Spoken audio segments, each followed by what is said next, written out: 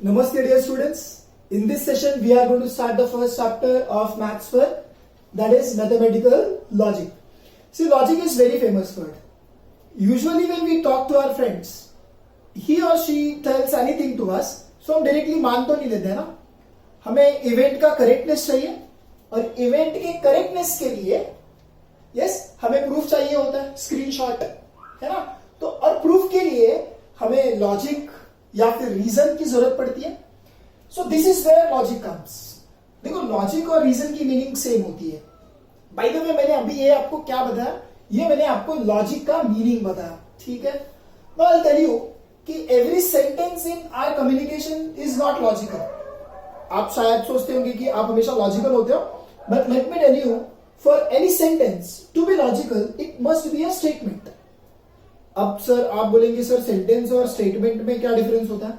देखो, अब आप कोर्ट में जाते हो तो कोर्ट में पता है वहां पे सेंटेंस नहीं सुनते हैं, वो उन्हें स्टेटमेंट चाहिए होता है. तो स्टेटमेंट क्या होता है?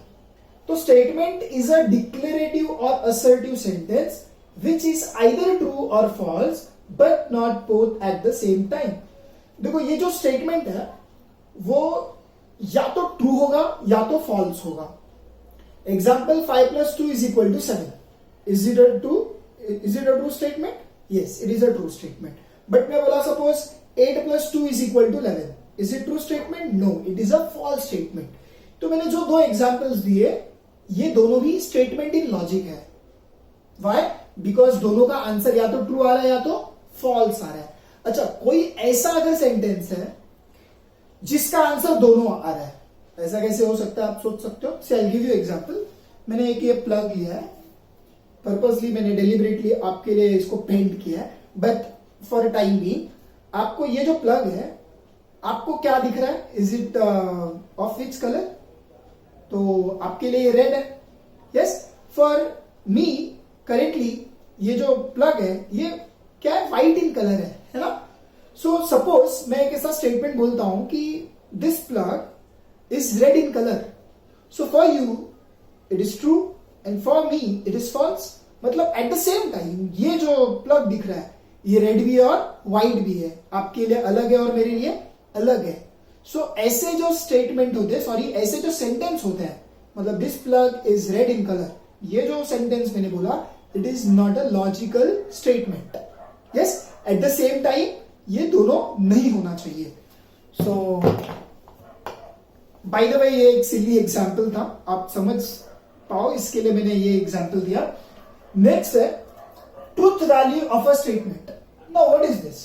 देखो, मैंने जो एग्जाम्पल दिया अभी, 5 + 2 = 7, ये ट्रू है कि फॉल्स है? तो ये ट्रू है. तो इसकी जो ट्रूथ वैल्यू होगी वो टी होगी. तो ये टी जो है वो truth value of this statement है. अब दूसरा एग्जाम्पल दिया था मैंने, 8 + 2 = 11, तो ये जो स्टेटमेंट है ये फॉल्स है. तो इसका जो ट्रूथ वैल्यू होगा वो क्या है? एफ. सो ये होता है truth value of a statement.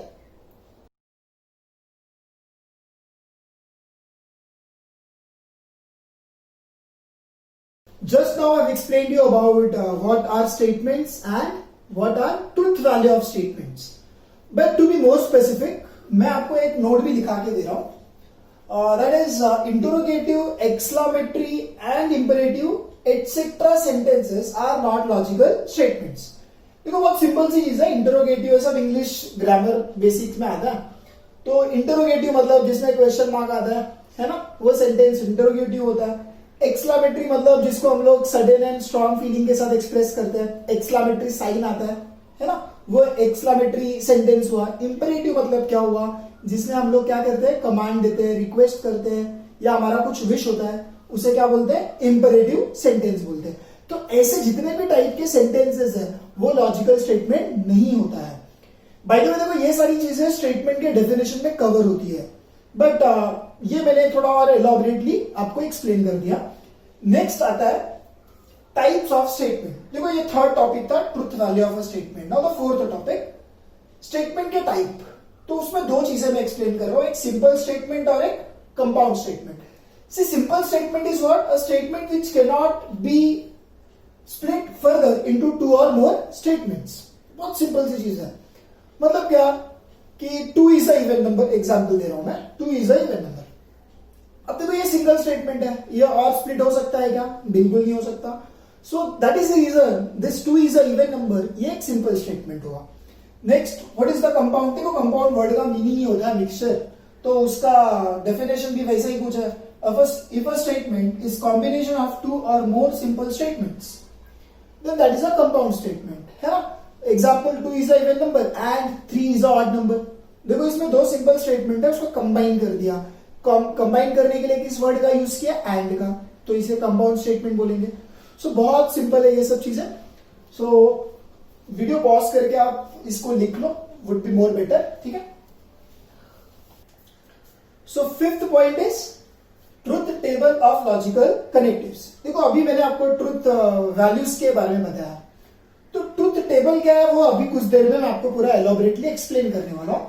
सबसे पहले हम लोग लॉजिकल कनेक्टिव्स के बारे में समझते हैं. देखो कनेक्टिव्स क्या होता है? This is nothing but words used to connect two statements. अभी मैंने आपको एग्जांपल दिया था कि 2 is a even number and 3 is a odd number. तो इसमें जो एंड है वो क्या कर रहा है? वो दोनों स्टेटमेंट को कनेक्ट कर रहा है, इसलिए वो क्या हुआ है? कनेक्टिव हुआ. ठीक है. तो ऐसा अकेला एक कनेक्टिव होता है क्या? नहीं. ऐसे कितने कनेक्टिव्स हो सकते हैं? There may be many connectives. तो उन सब के बारे में अभी सीखेंगे. बट सबसे पहले एक काम कर लेते हैं. मैं अज्यूम कर लेता हूं कि जब सपोज जैसे एक एग्जांपल मैंने अभी आपको दिया था कि 2 इज अ इवन नंबर, वो फॉर एग्जांपल p है, वो एक स्टेटमेंट है, उसको हमने क्या अज्यूम किया? p. And 3 is a odd number. Example let us assume कि वो क्या है? Q है. तो इसके लिए मैंने स्टार्टिंग में लिखा है let P and Q be 2 statements. ये हमारा अजम्पशन है. अब इन दोनों स्टेटमेंट के लिए हम लोग पूरा ट्रुथ टेबल करने वाले हैं. सो ट्रुथ टेबल में बेसिकली होता क्या है वो भी समझेंगे. और उसमें से सबसे पहला चीज आता है वो क्या है? कंजंक्शन. देखो कंजंक्शन मतलब क्या होता है? That is to combine any two things, है ना? तो यहाँ पे स्टेटमेंट्स को हम कंबाइन करते हैं. तो देखो दो स्टेटमेंट को डायरेक्ट कंबाइन करने के लिए हम लोग कौन से वर्ड्स यूज करते हैं? सो हम लोग यूज करते हैं एंड यूज करते हैं. सिर्फ एंड यूज करते हैं क्या? नहीं. तो बट वर्ड यूज होता है, व्हाइल वर्ड यूज होता है ना? ये जो सारे वर्ड्स हैं एटसेट्रा, ऐसे जो वर्ड्स हैं वो दो स्टेटमेंट को कंबाइन करने के लिए यूज होते हैं, तो उसे कंजंक्शन बोलते हैं. अब इसके अंदर होता क्या है? देखो सपोज P और Q दो स्टेटमेंट है, तो ऐसा हो सकता है कि जो पहला स्टेटमेंट मतलब P है वो ट्रू है और सेकेंड स्टेटमेंट जो Q है वो भी ट्रू है ना? दोनों ट्रू, ऐसा हो सकता है. यस, जो मैंने अभी एग्जांपल दिया था उस केस में तो दोनों भी ट्रू है. बट ऐसा भी तो हो सकता है कि पहला ट्रू है और दूसरा स्टेटमेंट फॉल्स है, या फिर फर्स्ट स्टेटमेंट फॉल्स है, सेकेंड स्टेटमेंट ट्रू है, या तो फिर दोनों भी फॉल्स है. ठीक है. तो ये सारी पॉसिबिलिटी हो सकती है दो स्टेटमेंट के लिए. तो अब एंड क्या होता है? एंड के लिए जो सिंबल यूज करेंगे हम लोग, ये सिंबल यूज करेंगे. आप देख सकते हो ये जो सिंबल है ये ए से रिलेटेड है, राइट? एंड से रिलेटेड है. तो कंजंक्शन को हम लोग सिंपली एंड भी बोलते हैं. तो अब मैं यहाँ पे जो ट्रुथ टेबल है यस उसके अंदर P एंड Q ऐसा सिंबल यूज करके लिख रहा हूं. तो एंड में होता क्या है? अगर दोनों ट्रू है तो इसका आंसर ट्रू आता है, अदरवाइज सब जगह पे फॉल्स आएगा. चलो इसको मैं थोड़ा डायग्रामेटिकली एक सिली एग्जांपल दे रहा हूं तो आपको समझ जाएगा. फॉर एग्जांपल मैं यहाँ पे ऐसा एक बल्ब बना देता हूं और यहां से ये बीच में मैंने एक एंड यस ज्वाइन कर दिया, वहां पे एक एंड कनेक्ट कर दिया. फॉर एग्जांपल यहाँ पे P लिख दिया और Q लिख दिया. अब एंड की मीनिंग क्या होती है? एंड का मतलब होता है P एंड Q, है ना? दोनों कंपलसरी होना चाहिए. मतलब सपोज P से करंट फ्लो हो रहा है और Q से भी करंट फ्लो हो रहा है, मतलब दोनों भी ट्रू है. तो ही क्या होगा? ये बल्ब क्या होगा? ग्लो होगा. तो यहाँ पे ट्रू आएगा.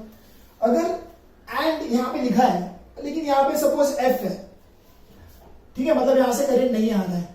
सो एंड का मतलब क्या होगा? दोनों कंपलसरी. यस, दोनों जगह से करंट आएगा तो ये बल्ब ग्लो होगा. तो देखो देख सकते हो आप इस केस में क्या होगा? If here P is true Q is false, तो बल्ब ग्लो नहीं होगा, बिकॉज एंड की मीनिंग क्या होती है? बोथ आर कंपलसरी, है ना? दोनों जगह से करंट फ्लो होना चाहिए, तो यहाँ पे फॉल्स आ जाएगा. तो मतलब एक सिली एग्जांपल है, आप इसको समझ सकते हो बहुत इजीली. तो आप वो सब उससे कनेक्ट करके, ठीक है, आप इस टेबल को समझ सकते हो. नेक्स्ट आता है डिसजंक्शन. देखो डिसजंक्शन की मीनिंग क्या होती है? बोलते हैं ना कि ये एक क्या होता है? दो स्टेटमेंट को ब्रेकअप करवाता है, राइट? सो उसके लिए एक ही वर्ड यूज होता है, दैट इज और, ठीक है ना। सो और का जो सिंबल होगा वो हम लोग यस इनवर्स एंड का इनवर्स यूज करेंगे, है ना, वी, यस सिंपल है। तो मैं यहाँ पे इसका ट्रुथ टेबल बनाता हूँ, पी क्यू, और यहाँ पे पी और क्यू लिख दिया। देखो बार बार वो पॉसिबिलिटी यस करने की जरूरत नहीं है, आपको एक बार समझ गया तो आप ऐसा प्रोबेबिलिटी में भी करते थे, 2 बार ट्रू फिर 2 बार फॉल्स, है ना, फिर यहाँ पे ट्रू फॉल्स। तो और होगा तो क्या होता है, और का मतलब क्या होता है, ये ऑप्शन क्रिएट करता है। तो इसमें सिंपल सी चीज आप याद रख लो, ठीक है। अगर दोनों फॉल्स है तो ये फॉल्स होगा, अदरवाइज सब जगह पे इसका आंसर क्या आने वाला है, ट्रू।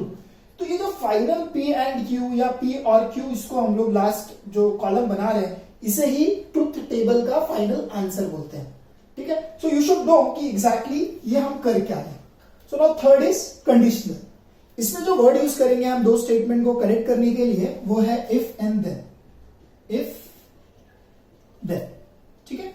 अब और इसमें जो सिंबल यूज होता है वो ये ऐसा एरो यूज होता है, ये कंडीशनल का क्या है, सिंबल है।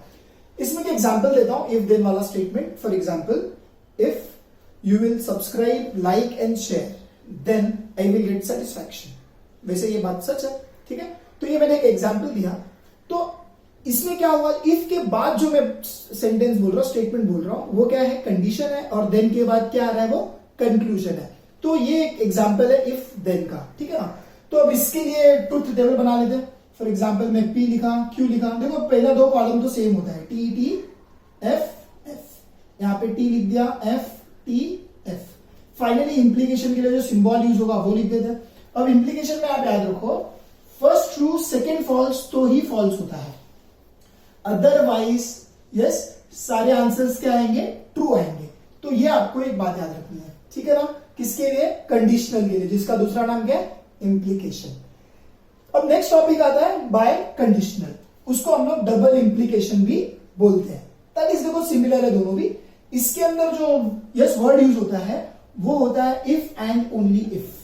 यस इफ ऐसा भी बोलते हैं, और इसको हम लोग बोल सकते हैं इफ एंड ओनली इफ। तो ये दोनों में से कोई भी एक यूज करते हैं। तो इसमें भी आप एग्जाम्पल ले सकते हो, मैंने जो अभी सेंटेंस बोला उसी को आप इस वर्ड्स में भी बना सकते हो, जैसे कि आई will get satisfaction if and only if you will subscribe, like and share. तो ये सेम सेंटेंस है जिसको मैंने थोड़ा चेंज करके इफ एंड ओनली इफ बीच में लगा दिया। तो ऐसे जो सेंटेंस होते हैं उसे हम लोग क्या बोलेंगे, बाय कंडीशनल या डबल इंप्लीकेशन। इसका ट्रुथ टेबल देखते हैं, इसमें क्या होगा, तो सेम पहला दो कॉलम तो सेम होगा, P के लिए T T F F लिख दिया, नेक्स्ट Q के लिए T F लिख दिया। अब P डबल इंप्लीकेशन के लिए हम लोग डबल एरो यूज करते हैं, तो मैं यहां पे भी सिंबल लिख देता हूं तो आपको अच्छे से यस याद रहे। तो डबल इंप्लीकेशन के लिए अब इसमें क्या होता है, याद रखो, जब दोनों ट्रू होता है तो इसका आंसर ट्रू आता है, या तो फिर दोनों फॉल्स होगा तो इसका आंसर ट्रू होगा, और जो मिडल के दो आपको दिख रहे हैं उन दोनों के लिए इसका आंसर क्या आता है, फॉल्स आता है। तो ये सारी चीजें आपको क्या रखनी है, दिमाग में फिट कर लेनी है, यस समझ लेना है, बार बार लिख के प्रैक्टिस कर लेना है, तो ये सब आपको आ जाएगा। नेक्स्ट आता है निगेशन।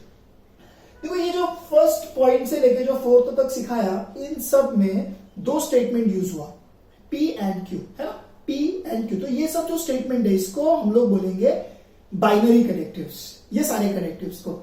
अब जो लास्ट में सिखा रहा हूं निगेशन, ये है unary connective. What is the meaning of unary, इसमें सिंगल स्टेटमेंट यूज होता है। इसका सिंबल क्या होता है, this is the symbol, right, है ना। वो सिमिलैरिटी वाला सिंबल यूज करते थे ना हम लोग, वो सेम सिंबल यहाँ पे यूज करेंगे। और निगेशन का सिंपल मीनिंग होता है नॉट।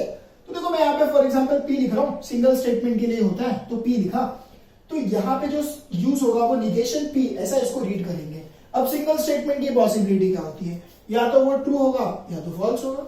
अब निगेशन P क्या होगा, उसका T का निगेशन क्या होगा, तो F है ना, उसका ऑपोजिट, एंड F का निगेशन क्या हो जाएगा, ट्रू।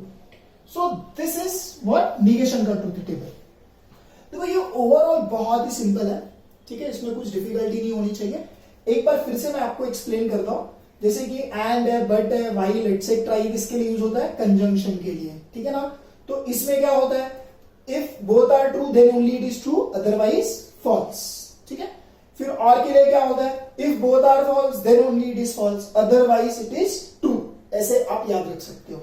नेक्स्ट इसके लिए क्या हो रहा है, if first one is true second one is false then only it is false, otherwise it is true.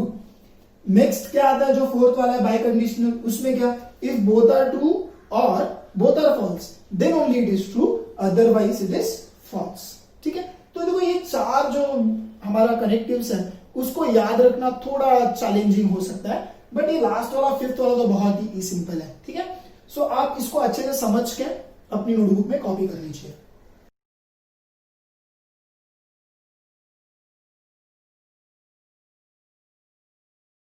तो सी ट्रुथ टेबल पूरा लिख के प्रैक्टिस करना बहुत इंपॉर्टेंट है। अगर आपने लिखा है तो कोई प्रॉब्लम नहीं है, नहीं लिख के प्रैक्टिस किया तो प्लीज कर लो। उसके बाद मैं आपको देखो नोट में कुछ पॉइंट्स बता रहा हूं। फर्स्ट पॉइंट है उसमें कि statements are denoted by P Q R S, मतलब जो भी देखो अभी जो हमने क्वेश्चन किया उसमें मैंने पी और क्यू लिया, राइट, जो पूरा ट्रुथ टेबल पढ़ा है। बट आप सपोज कोई क्वेश्चन उसमें 3 स्टेटमेंट आ गया, 4 स्टेटमेंट्स आ गए, है ना, बाय द वे मैक्सिमम 3 तक ही आता है, सो हम उसमें आर अज्यूम कर सकते हैं। ठीक है, in this way we can go. Next है ओपन सेंटेंस, तो it is what, it varies from person to person, मतलब ये ओपिनियन के ऊपर डिपेंड करता है।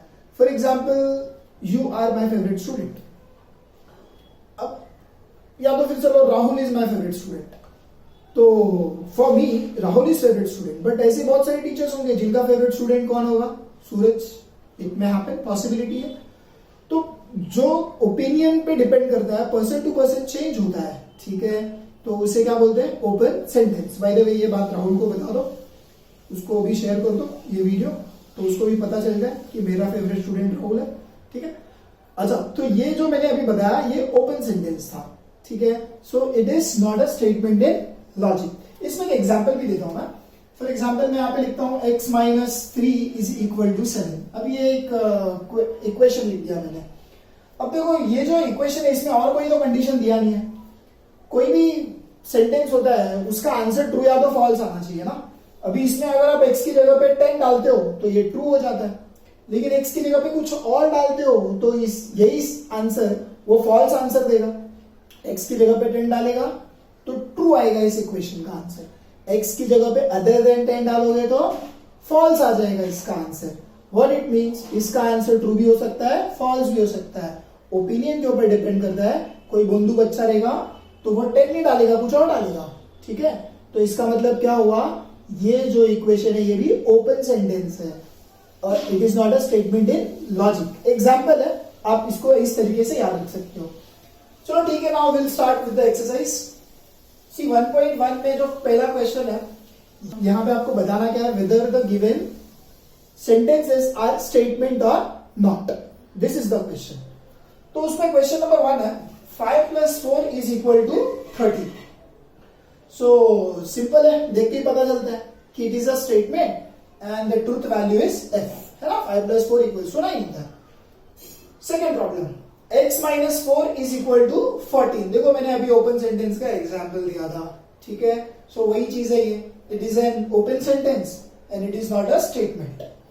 Next third, close the door. See it is a imperative sentence, so here it is not a statement. Fourth, please get me a breakfast. So it is again a imperative sentence, so it is not a statement. Fifth question क्या है, 0 is a complex number। देखो आपको थोड़ा number का थोड़ा अच्छा ज्ञान होना चाहिए। कॉम्प्लेक्स नंबर क्या होता है, मिक्सचर होता है ना रियल नंबर और इमेजिनरी नंबर का। अकेला कहीं पे इमेजिनरी नंबर रहेगा ना तो वो भी कॉम्प्लेक्स होता है, और कहीं पे अकेले अगर रियल नंबर होगा तो वो भी कॉम्प्लेक्स नंबर में ही आता है। ये बेसिक चीज है, 11th में था, आप एक बार बेसिक चीजें पढ़ लो। ठीक है, सो बाय द वे यहाँ पे 0 इज अ कॉम्प्लेक्स नंबर लिखा है, so it is a statement and the truth value is t। Next देखो 6th जो क्वेश्चन है, ठीक है, वो आप आपकी पीडीएफ या टेक्स्ट बुक पे देख लो। सो मैं अपने लैपटॉप में देख के आपको बोल देता हूं। So it is congruent triangles are similar, so this is the question.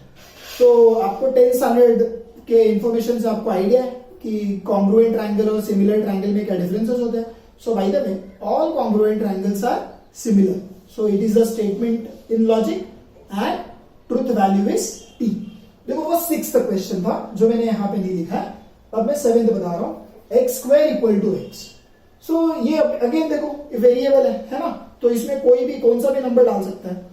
So it is a open sentence and it is not a statement in logic. Next 8th question, आपकी पीडीएफ में text book में देख लो। Quadratic equation can not have more than 2 roots. अभी को quadratic equation में root का मतलब क्या होता है, वो वेरिएबल जो होती है ना, X square plus B X plus C, variable का वैल्यू उसे बोलते हैं रूट्स। अब मैक्सिमम कितना हो सकता है, मैक्सिमम 2 वैल्यू हो सकती है, उससे ज्यादा नहीं हो सकती। ये 10th में था, तो यहाँ पे वो ट्रू है कि फॉल्स है। So it is obviously true statement. Quadratic equation can not have more than 2 roots. So it is a statement in logic and the truth value is T. ये आपकी टेक्स्ट बुक में question है। Next question देखो, मैंने directly 11 किया है, उसके पहले मैं डिस्कस कर लेता हूं उसके पहले के क्वेश्चन।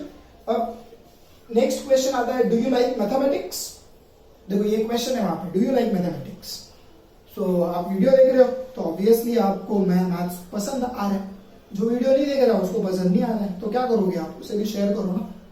सो बाय द वे, यहां पे ये कौन सा सेंटेंस है, इंटरोगेटिव सेंटेंस है।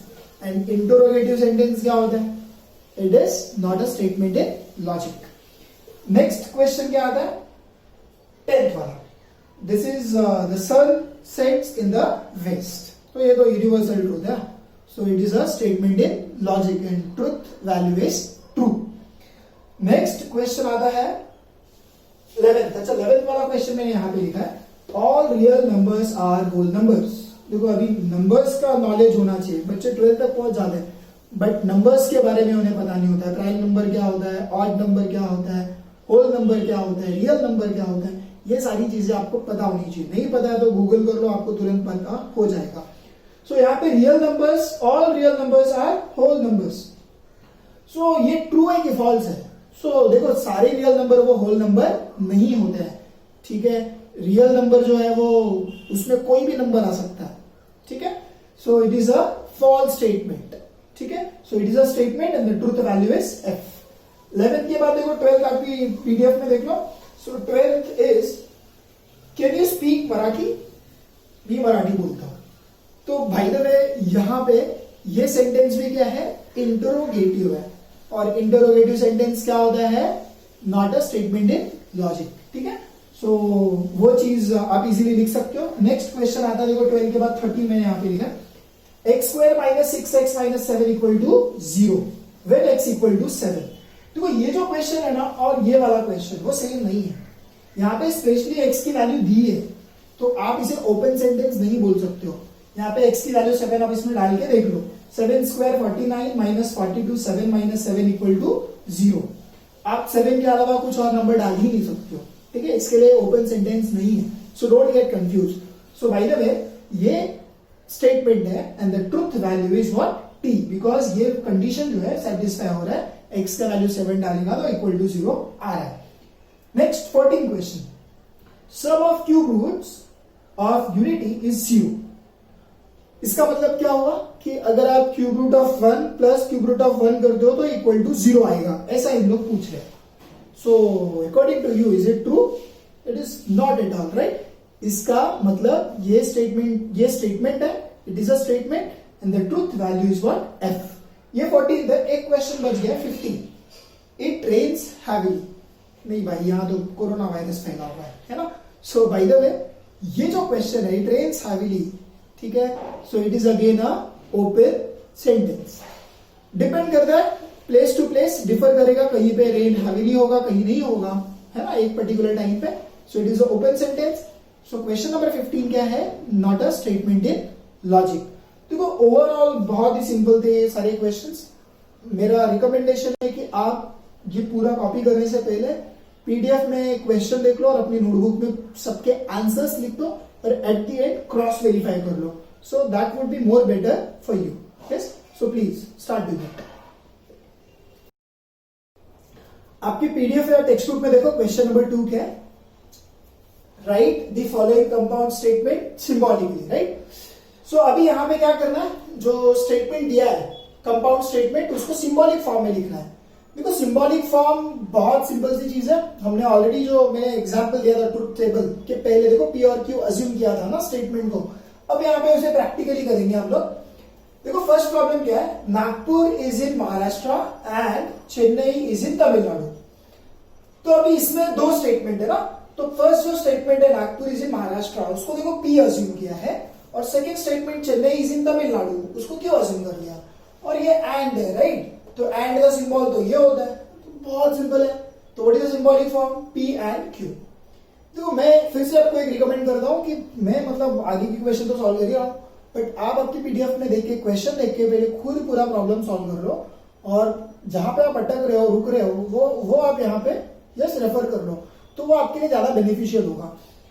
देखो सेकेंड प्रॉब्लम क्या है, ट्राइंगल इज इक्विलैटरल ट्राइंगल, ये मैंने शॉर्ट फॉर्म लिख दिया इक्विलैटरल का, इक्विलैटरल ट्राइंगल और आइसोसेलेस। देखो इसका सिंबॉलिक फॉर्म लिखने के लिए पहले पी और क्यू अज्यूम करना है, so this triangle is equilateral triangle, और है ठीक है, वो बाद में सिंबॉलिक फॉर्म में मेंशन कर देंगे।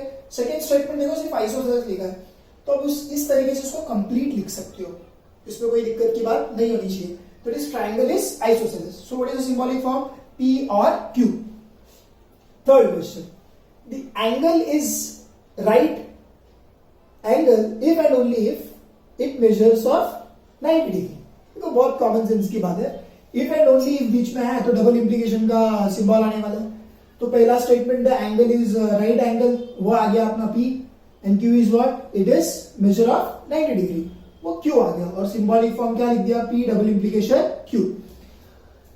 Next fourth question, the angle is neither acute nor obtuse. देखो यहां पे थोड़ा ये ट्रिकी है, ट्रिकी इन द सेंस सिली चीज है, कुछ बड़ी बात नहीं है, बट अब नाइदर नॉर ये तो हम लोग ने जो यस ट्रूथ टेबल के टाइम पे जो हमने पढ़ा था, कंजंक्शन डिसजंक्शन, उसके अंदर कोई सिंबल ऐसा नाइदर नॉर का डायरेक्ट नहीं था, तो पहले मतलब उसको ट्रांसफॉर्म किया हमने, तो चेंज किया, statement can be written as लिखा, angle is not acute and not obtuse. इसकी सिमिलर मीनिंग है, ग्रामर की बात नहीं हो रही है यहाँ पे, उसकी सिमिलर मीनिंग मैंने लिख दिया।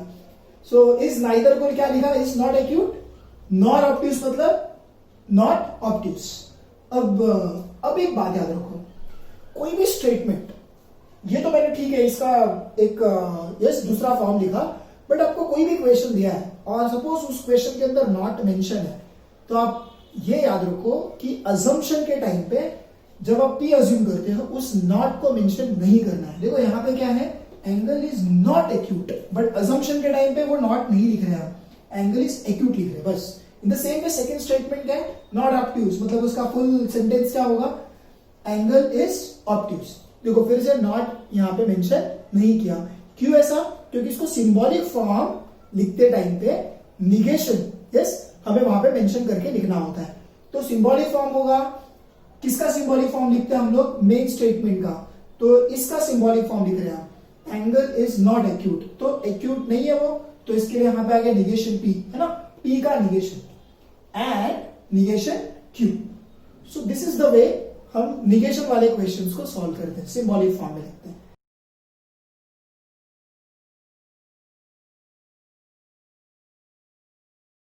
तो question number 5, if triangle ABC is right angled at B, then measure angle A plus measure angle C equals to 90 degree।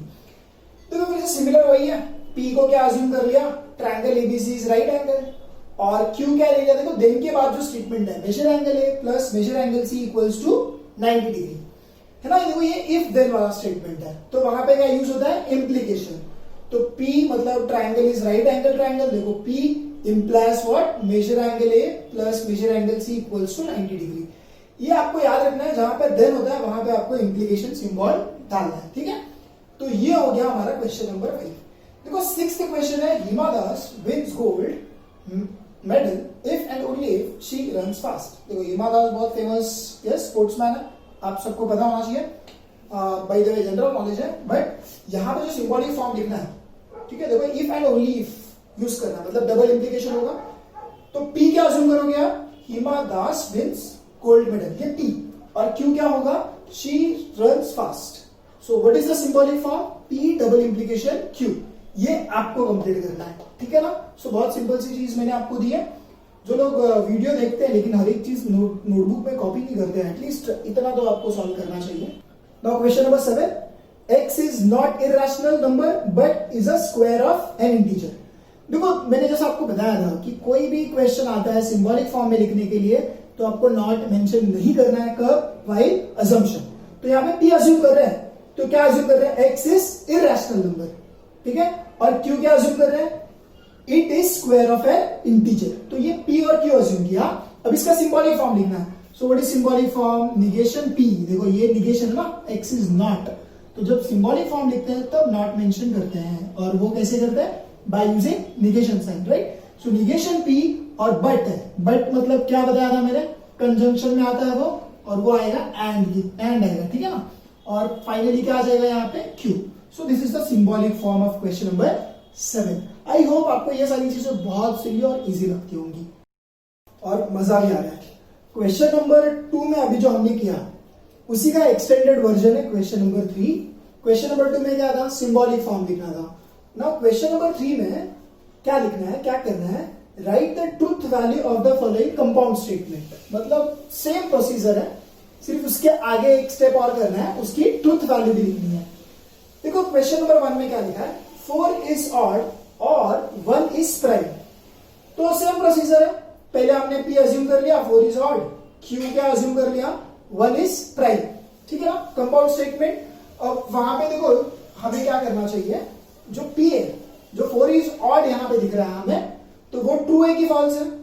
So obviously it is false statement, p is false statement. Now q 1 is prime, क्या 1 prime number है? Not at all, right. 1 is neither composite nor prime, तो q भी क्या है? False है। तो symbolic form क्या हो जाएगा? सिंबॉलिक फॉर्म हो जाएगा p और q, है ना, दोनों के बीच में और है, तो p और q लिख दिया। अब उसकी ट्रूथ वैल्यू लिखनी है, तो मतलब देखो p फॉल्स है तो p की जगह पे f लिख दिया, और q भी फॉल्स है तो q की जगह पे f लिख दिया। अब f और f जो ट्रूथ टेबल पढ़ाया था मैंने, उसमें देख लो, उसमें आपको f और f क्या दिख रहा है? It is f। So that is the reason ये जो क्वेश्चन है इसका ट्रूथ वैल्यू f आया, ये हमारा फाइनल आंसर है, ठीक है। Now next second problem. So second problem, 64 is a perfect square and 46 is a prime number. देखो इसमें भी सिमिलर चीज है, p 64 is a perfect square, yes और नो? यस ऑब्वियसली 64 क्या परफेक्ट स्क्वायर नंबर है, तो p is what? True. Next है 46 इज प्राइम नंबर, मतलब q इज फॉल्स। नेक्स्ट उसका सिंबॉलिक फॉर्म लिखना है, तो कितना आ गया वो? p एंड q, है ना। यहाँ पे बीच में क्या है? एंड है, तो p एंड q लिख दिया। अब उसकी ट्रूथ वैल्यू लिखनी है, तो देखो p की जगह पे t लिख दिया, एंड है, q की जगह पे क्या लिख दिया? f। Now what is t and f? तो हमने जो ट्रूथ टेबल पढ़ा था उस ट्रूथ टेबल के हिसाब से t एंड f का आंसर क्या आएगा? f आएगा। सो ये पूरे जो क्वेश्चन है उसका truth value that is false. So now fourth question, it is not true that 5 - 3i is a real number. देखो अब इसमें आपको देख के समझ रहा है कि it is a single statement, इसमें एंड और कुछ नहीं है, ठीक है। तो इसको हम लोग ने p अज्यूम किया, it is true that 5 - 3i is real number. See you can observe कि मैंने नॉट यहाँ पे मेंशन नहीं किया है। जब हम अजम्पशन करते हैं तो नॉट अज्यूम नहीं करते हैं, ठीक है। अब उसका जब सिंबॉलिक फॉर्म लिखेंगे तो निगेशन p करके लिखेंगे, वो आप इजीली देख सकते हो, है ना। अपना ओरिजिनल सेंटेंस ये नॉट वाला है, तो मैंने यहाँ पे क्या लिखा? सिंबॉलिक फॉर्म में निगेशन भी। और उसके पहले ये जो स्टेटमेंट है, it is true that 5 - 3i is real number. अच्छा ये 5 - 3i रियल है क्या? रियल नंबर है क्या? नहीं, वो रियल नंबर नहीं है, उसमें आया मतलब वो कॉम्प्लेक्स नंबर है। तो यहाँ पे जो p स्टेटमेंट है वो क्या है? फॉल्स है। तो अब सिंबॉलिक फॉर्म लिखा, जो मैंने अभी आपको एक्सप्लेन भी कर दिया कि वहां पे नॉट है तो निगेशन p करके लिख दिया। अब सिंबॉलिक फॉर्म के बाद ट्रूथ वैल्यू लिखनी है, तो देखो p जो है उसका ट्रूथ वैल्यू कितना है? f, तो p की जगह पे f लिखा। सो फाइनली निगेशन ऑफ क्या आएगा? t, है ना। हमें तो इस पूरे सेंटेंस का ट्रूथ वैल्यू चाहिए, तो वो कितना आया? t आया। So this is the answer for question number 4। अब देखो फिफ्थ भी वैसे ही है, it is if 3 × 5 is equals to 8 then 3 + 5 equals to 15। So हम लोग देख के समझता है कि ये what they have given anything, right. तो p अज्यूम किया, 3 × 5 इक्वल्स टू 8 ले लिया, q क्या लिया? 3 + 5 इक्वल्स टू 15। अब यहाँ पे देखो p जो है वो भी फॉल्स है और q भी फॉल्स है, straight forward we can observe. तो उसका सिंबॉलिक फॉर्म क्या आ जाएगा? p implies q, राइट, है ना। p एरो Q, इसका मतलब P implies Q, ऐसा उसको रीड करते हैं, ठीक है ना। अब उसकी ट्रूथ वैल्यू लिखनी है, तो P की जगह पे F लिखा और Q की जगह पे भी F लिखा। सो what is F implies F? देखो हम लोग ने वो ट्रूथ टेबल जो किया था उसके अंदर F implies F का आंसर क्या है, वो T है, ठीक है ना। वहां पे क्या है, जब फर्स्ट वाला T है, सेकेंड वाला F है, तो ही फाइनल आंसर F आता है, अदरवाइज सब क्या है, ट्रू। सो इसके लिए यहाँ पे F implies F कितना आ गया, T। So this is the yes final answer. अब question number 6, milk is white if and only if sky is blue. So once again P assume किया मिल्क इज व्हाइट, है ना, और Q क्या ले लिया, स्काई इज ब्लू। तो अब हमको मालूम है कि P जो यहाँ पे स्टेटमेंट है वो ट्रू है, milk is white, and sky is blue, that is Q is again true. तो उसका सिंबॉलिक फॉर्म लिखा P डबल इंप्लीकेशन Q, ठीक है। सो फाइनली उसका जो ट्रूथ वैल्यू आएगा P की जगह पे T लिखा, डबल इंप्लीकेशन T। अब आपको याद है उस ट्रूथ टेबल के हिसाब से अगर दोनों सेम सेम रहता है, T रहता है डबल इंप्लीकेशन में, तो उसका आंसर क्या है, उसका आंसर है T, है ना। सो उसके हिसाब से हमने यहां पे इसका फाइनल आंसर लिखा है। सो ये हो गया हमारा क्वेश्चन नंबर 6। अब देखो मैंने थर्ड वाला नहीं सॉल्व किया है, तो थर्ड बहुत सिंपल क्वेश्चन है, वो आपको खुद से सॉल्व करना है। So please solve it and see whether you are able to solve it और not. So question number 4, it is if P and Q are true, R and S are false, then find the truth value of। देखो इसमें जितने भी questions है उसमें उसका final truth value चाहिए। देखो इसमें कोई सेंटेंस स्टेटमेंट तो दिया नहीं है जिसको सिंबॉलिक फॉर्म में लिखना है, यहाँ पे ऑलरेडी सिंबॉलिक फॉर्म दिया है, और सिंबॉलिक फॉर्म के अंदर आपको P Q ट्रू लेना है, R and S फॉल्स लेना है, मतलब F लेना है, और इसका यूज करके फाइनल ट्रूथ वैल्यू चाहिए। देखो इसके लिए आपको वो जो ट्रूथ टेबल मैंने सिखाया है वो पूरा अच्छे से आपको आना चाहिए। तो एक दो बार अभी फिर से आप देख लो और उसके बाद ये प्रॉब्लम समझने का स्टार्ट करो, तो आपको बहुत इजी लगेगा। और मैं एक दो क्वेश्चन सिखाता हूं, फिर आगे का आप खुद ट्राई करके क्रॉस वेरीफाई करते जाइए, तो आपके लिए ज्यादा बेटर होगा। देखो अभी मैं फर्स्ट प्रॉब्लम सॉल्व कर रहा हूं, यहाँ पे लिखा है P और Q एंड R। तो आपको याद है यहाँ पे लिखा है कि जो P Q है वो ट्रू है, तो उसके हिसाब से T लिखा, और देखो सब कुछ सेम लिखना है, सिर्फ P की जगह पे T लिख रहा हूं, Q की जगह पे क्या लिख रहा हूं, फिर से T लिख रहा हूं, एंड R की जगह पे क्या F आएगा, है ना। R इज व्हाट, फॉल्स, तो उसके हिसाब से अब देखो T ऐसे पे ब्रैकेट सॉल्व करना है, तो T और अब T एंड F। अब आपको ट्रूथ टेबल देखना है, अब T and F truth table के हिसाब से क्या है, F है, तो यहाँ पे F आ गया। आप ब्रैकेट यहाँ पे निकाल भी सकते हो, ठीक है। देखो वहां पे जो T एंड T होता है वही ट्रू होता है ना, वही T आता है, बाकी वहां पे सब एंड के टेबल में क्या है, फॉल्स है, इसके लिए यहाँ पे फॉल्स है, बस यही आपको याद रखना है। अब T और F, अभी और के अंदर यस दोनों फॉल्स तो फॉल्स, अदरवाइज ट्रू, इस तरीके से आपको याद रखना है। तो यहाँ पे क्या आएगा, T आएगा। तो ये हो गया फर्स्ट का यस आंसर। सो बहुत सिंपल है। अब सेकेंड प्रॉब्लम भी सेम तरीके से करेंगे। सो this is P implies Q, मतलब T implies T आ गया। नेक्स्ट यहाँ पे और लिखा, R implies S, मतलब यहाँ पे हो गया F implies F। अब आपको इंप्लीकेशन वाला जो टेबल है वो आपको देखना है। सो उस इंप्लीकेशन के टेबल में T implies T है, तो देखो T implies T तो क्या होता है, T होता है। उस टेबल के अंदर आप देखो T implies F ही F आता है, बाकी सब क्या है, ट्रू, तो यहाँ पे ट्रू आ गया। इसका भी सेम होगा, ट्रू आएगा, एंड T और T तो क्या होता है, ठीक होता है। तो बहुत सिंपल तरीके से हम लोग कर सकते हैं इसको। अब third question. So third question में क्या करना है, फिर से Q का मतलब क्या हो गया, T, यहाँ पे एंड लिखा, R मतलब क्या है, F है, ब्रैकेट क्लोज किया। देखो ब्रैकेट से सब डालना यस बहुत इंपॉर्टेंट है, अगर आपने एक जगह पे मिस किया ब्रैकेट्स वगैरह तो पूरा प्रॉब्लम रॉन्ग हो सकता है। तो be conscious while putting bracket, yes. यहाँ पे निगेशन तो निगेशन ही लिखो, E की जगह पे देखो T लिखना है, एंड लिखा, S की जगह पे F आ जाएगा। अब फाइनली ये जो T एंड F है, तो T एंड F फिर से एंड के टेबल में है ना, दोनों ट्रू तो ही ट्रू, अदरवाइज फॉल्स, तो यहाँ पे आ गया फॉल्स, ये हो गया। और अब ये ब्रैकेट एज इट इज डालो, क्योंकि निगेशन T को आपको F लिखना है, उसके बाद सॉल्व करना है। तो मैं निगेशन T को F लिखा, यहाँ पे एंड F आएगा, वो एज इट इज लिखा, ठीक है ना। अब F लिखा, और देखो F एंड F वो क्या होता है, F होता है, ठीक है। एफ एंड एफ क्या होता है, F. Now what is F और F, so it is F. So ये हो गया हमारा फाइनल आंसर. ठीक. तो देखो थर्ड के बाद फोर्थ एंड फिफ्थ वो आप ट्राई करिए, सेम इसी तरीके से करना है. इवन वो ये जो क्वेश्चन सॉल्व कराने जा रहा हूं उससे तो बहुत इजी है वो, ठीक है ना. तो एक बार आप ट्राई कर लीजिए और आपके टेक्स्ट बुक के पीछे आंसर दिया है तो आप उससे मैच करा लीजिए. और फिर भी क्वेरी है तो आप कमेंट में पोस्ट करिए, ड्रॉप करिए, डेफिनेटली मैं आपको हेल्प करूंगा. अब मैं 6 वाला सिखा रहा हूं. देखो आपको याद है कि निगेशन पी, पी की जगह पे आपको क्या लिखना है, टी लिखना है. एंड लिखा, निगेशन क्यू, क्यू फिर से क्या आ गया, टी. एंड आर मतलब क्या है, एफ. ठीक है. फिर ब्रैकेट क्लोज करो और यहां पे यस क्यू है, क्यू का मतलब क्या है, टी. एंड क्या, एफ. ये आ गया. और पी मतलब टी एंड एफ. आपको टेबल अच्छे से पता होना चाहिए. टेबल आपको यस आएगा तो ही आप सॉल्व कर सकते हो. निगेशन टी का मतलब एफ एंड निगेशन टी, देखो ब्रैकेट डाल रहा है as it is. Negation T का मतलब क्या हो गया, एफ. ये हो गया एंड एफ. ठीक है. अब नेक्स्ट और लिखा, यहाँ पे टी एंड एफ है. एंड में दोनों ट्रू तो ट्रू, अदरवाइज फॉल्स, तो यहाँ पे फॉल्स आ गया. ये लिख दिया. और देखो फिर से एंड है, टी एंड एफ क्या आएगा, एफ आएगा. Bracket close.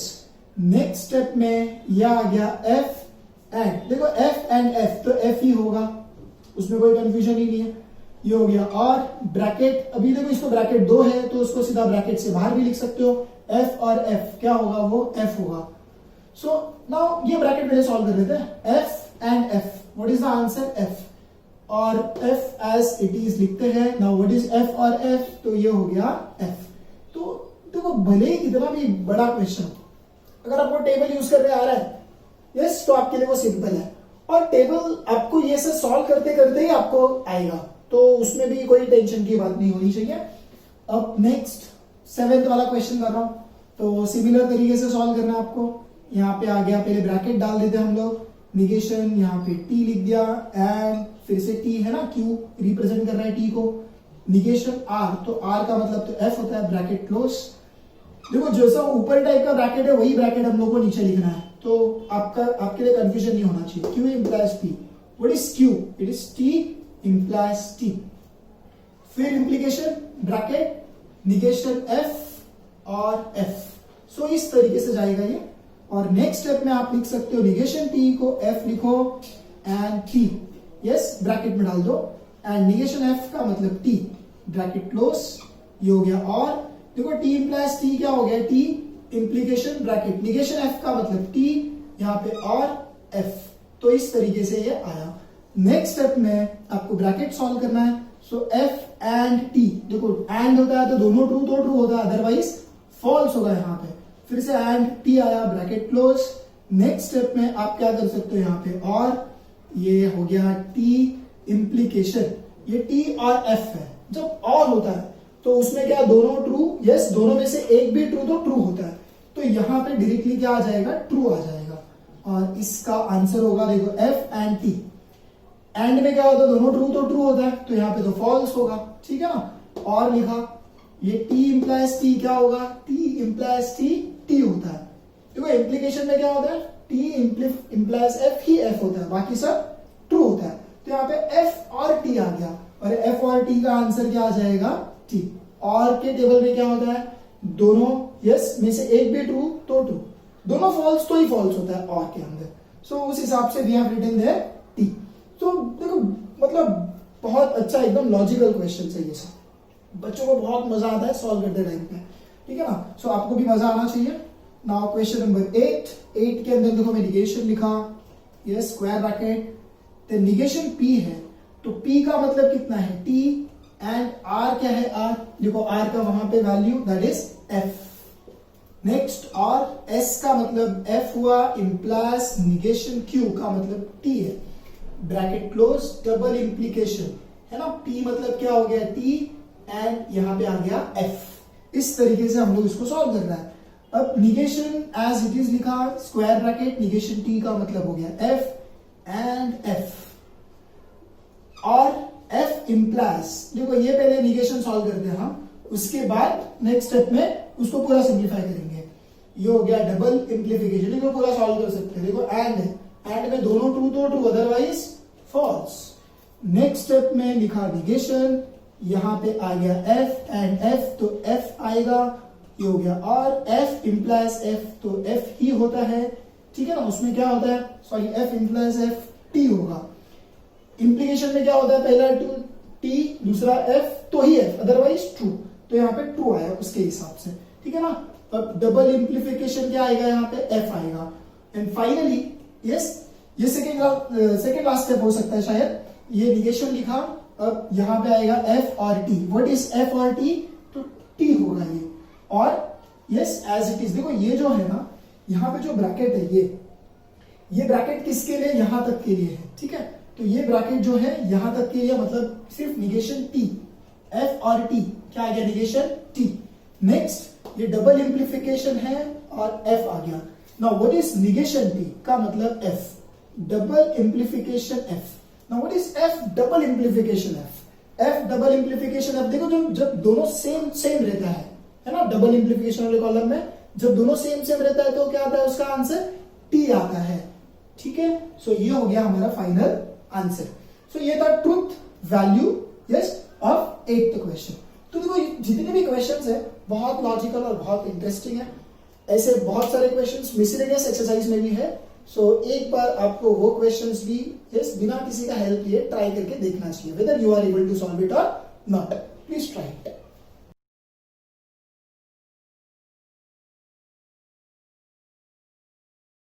So let's see question number 5 में क्या लिखा है, राइट द निगेशन ऑफ। देखो ये सबसे सिंपल और बहुत ही सिली चीज है। निगेशन क्या होता है, जिसमें सेंटेंस स्टेटमेंट दिया है उसमें आपको नॉट लगाना है, that's it.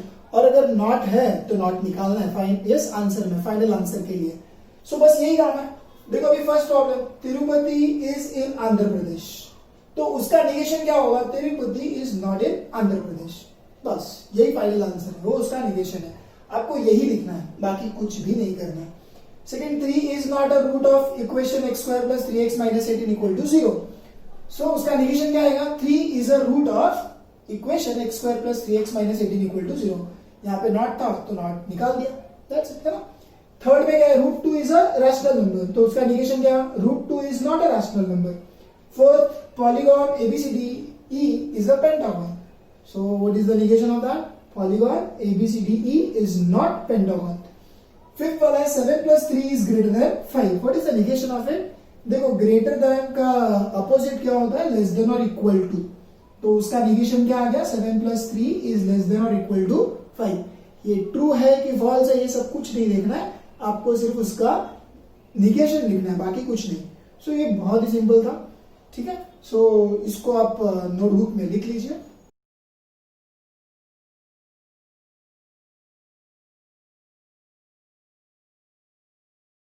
See, exercise 1.1 was very simple। 1.2 भी बहुत सिंपल है। इसमें जो ट्रुथ टेबल हमने पढ़ा है उसी का यूज करके पूरा एक्सरसाइज सॉल्व करना है, ठीक है।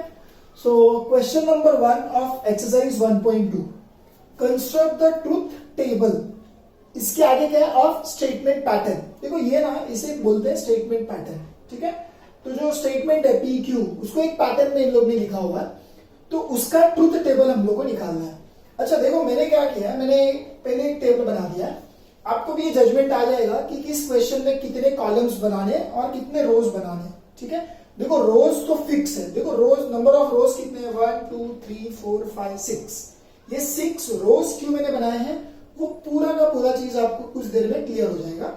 देखो सबसे पहले तो मैं क्या कर रहा हूं, ये जो P Q ये सारी चीजें मैं सेकेंड रो में लिख रहा हूं, तो मैं P लिख रहा हूं फिर Q लिखता हूं, ठीक है।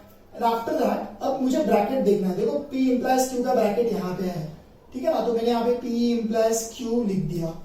अब नेक्स्ट P इंप्लाइज Q के बाद देखो ये बड़ा ब्रैकेट है तो उसे भी लिखना पड़ेगा, लेकिन देखो यहाँ पे स्पेस कम है, तो उसके लिए यहाँ पे मैं रो लिखूंगा, रो नंबर, राइट। रो के अंदर मैं लिखने वाला हूं कॉलम नंबर्स, तो मैं यहाँ पे लिखूंगा 1 2 3 4 5, ऐसा आप पहले से मेंशन कर सकते हो। अच्छा नंबर ऑफ कॉलम्स कैसे आपको जजमेंट आएगा, तो ये आपको ब्रैकेट्स और ये सब का जजमेंट निकाल के आपको लिखना है। 2-3 प्रॉब्लम आप सॉल्व करोगे तो आपको अपने आप आइडिया आ जाएगा।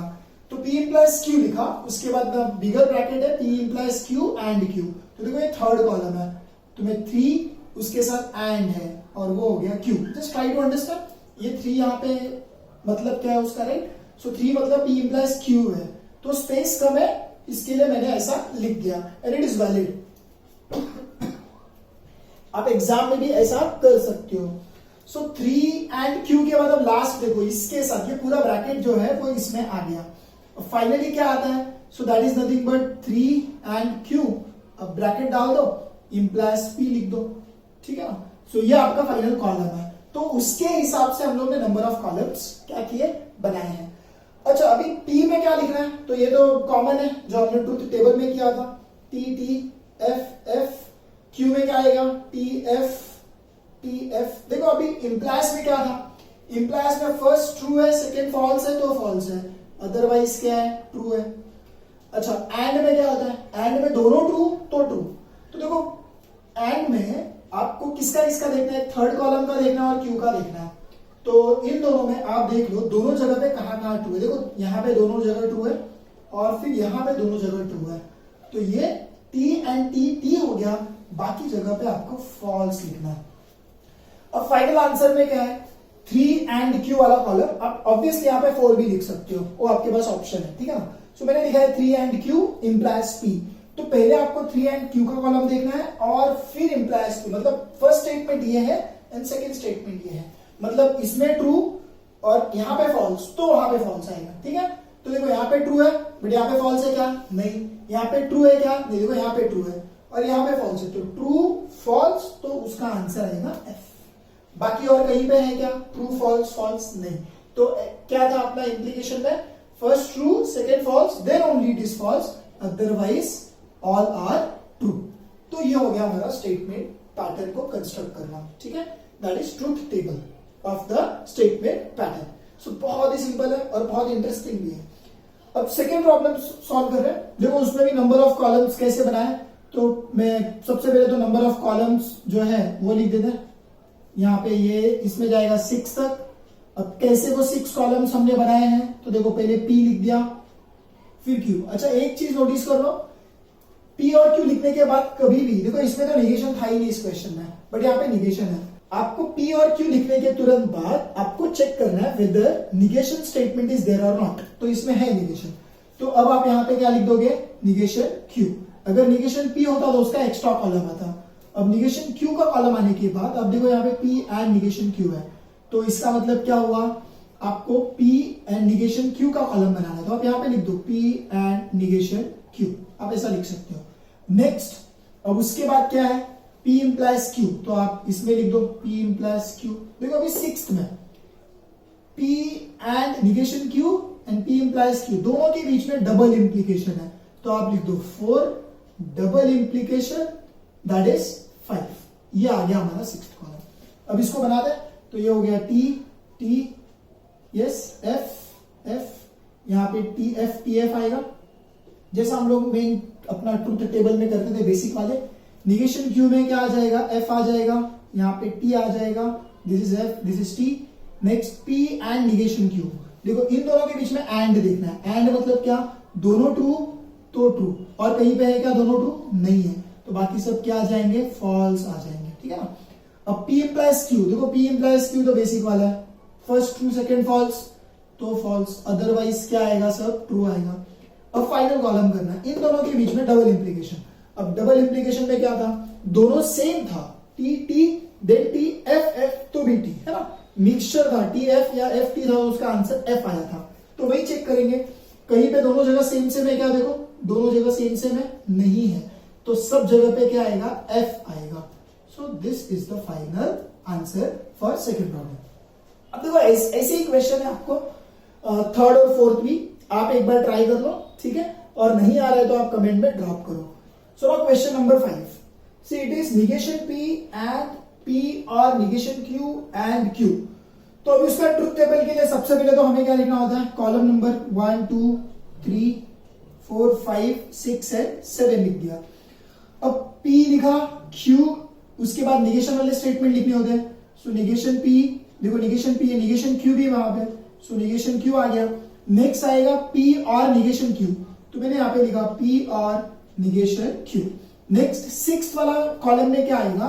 ये ब्रैकेट एंड क्यू लिखते हैं, ठीक है ना। तो मैं यहाँ पे लिख देता हूँ 5 एंड क्यू। देखो ये कॉलम नंबर का क्या है, प्रॉफिट है। अगर आप कॉलम नंबर लिखते हो तो आप स्पेस क्या कर सकते हो, या सेव कर सकते हो। अब 7th वाला पॉइंट क्या है, ये पूरा ब्रैकेट देखो यहाँ पे आ गया 5 एंड क्यू। अब निगेशन पी एंड करना है, ये 6th वाला कॉलम है ना। तो मैं यहाँ पे लिखता हूँ निगेशन पी फिर एंड और यहाँ पे 6th लिख दिया। तो ये जो पूरा स्टेटमेंट पैटर्न है वो इस 7th कॉलम में ऑक्यूपाई हो गया। अब इसको टेबल बना लेते हैं। तो इसके लिए पहले तो आपको टी टी एफ एफ लिखना है।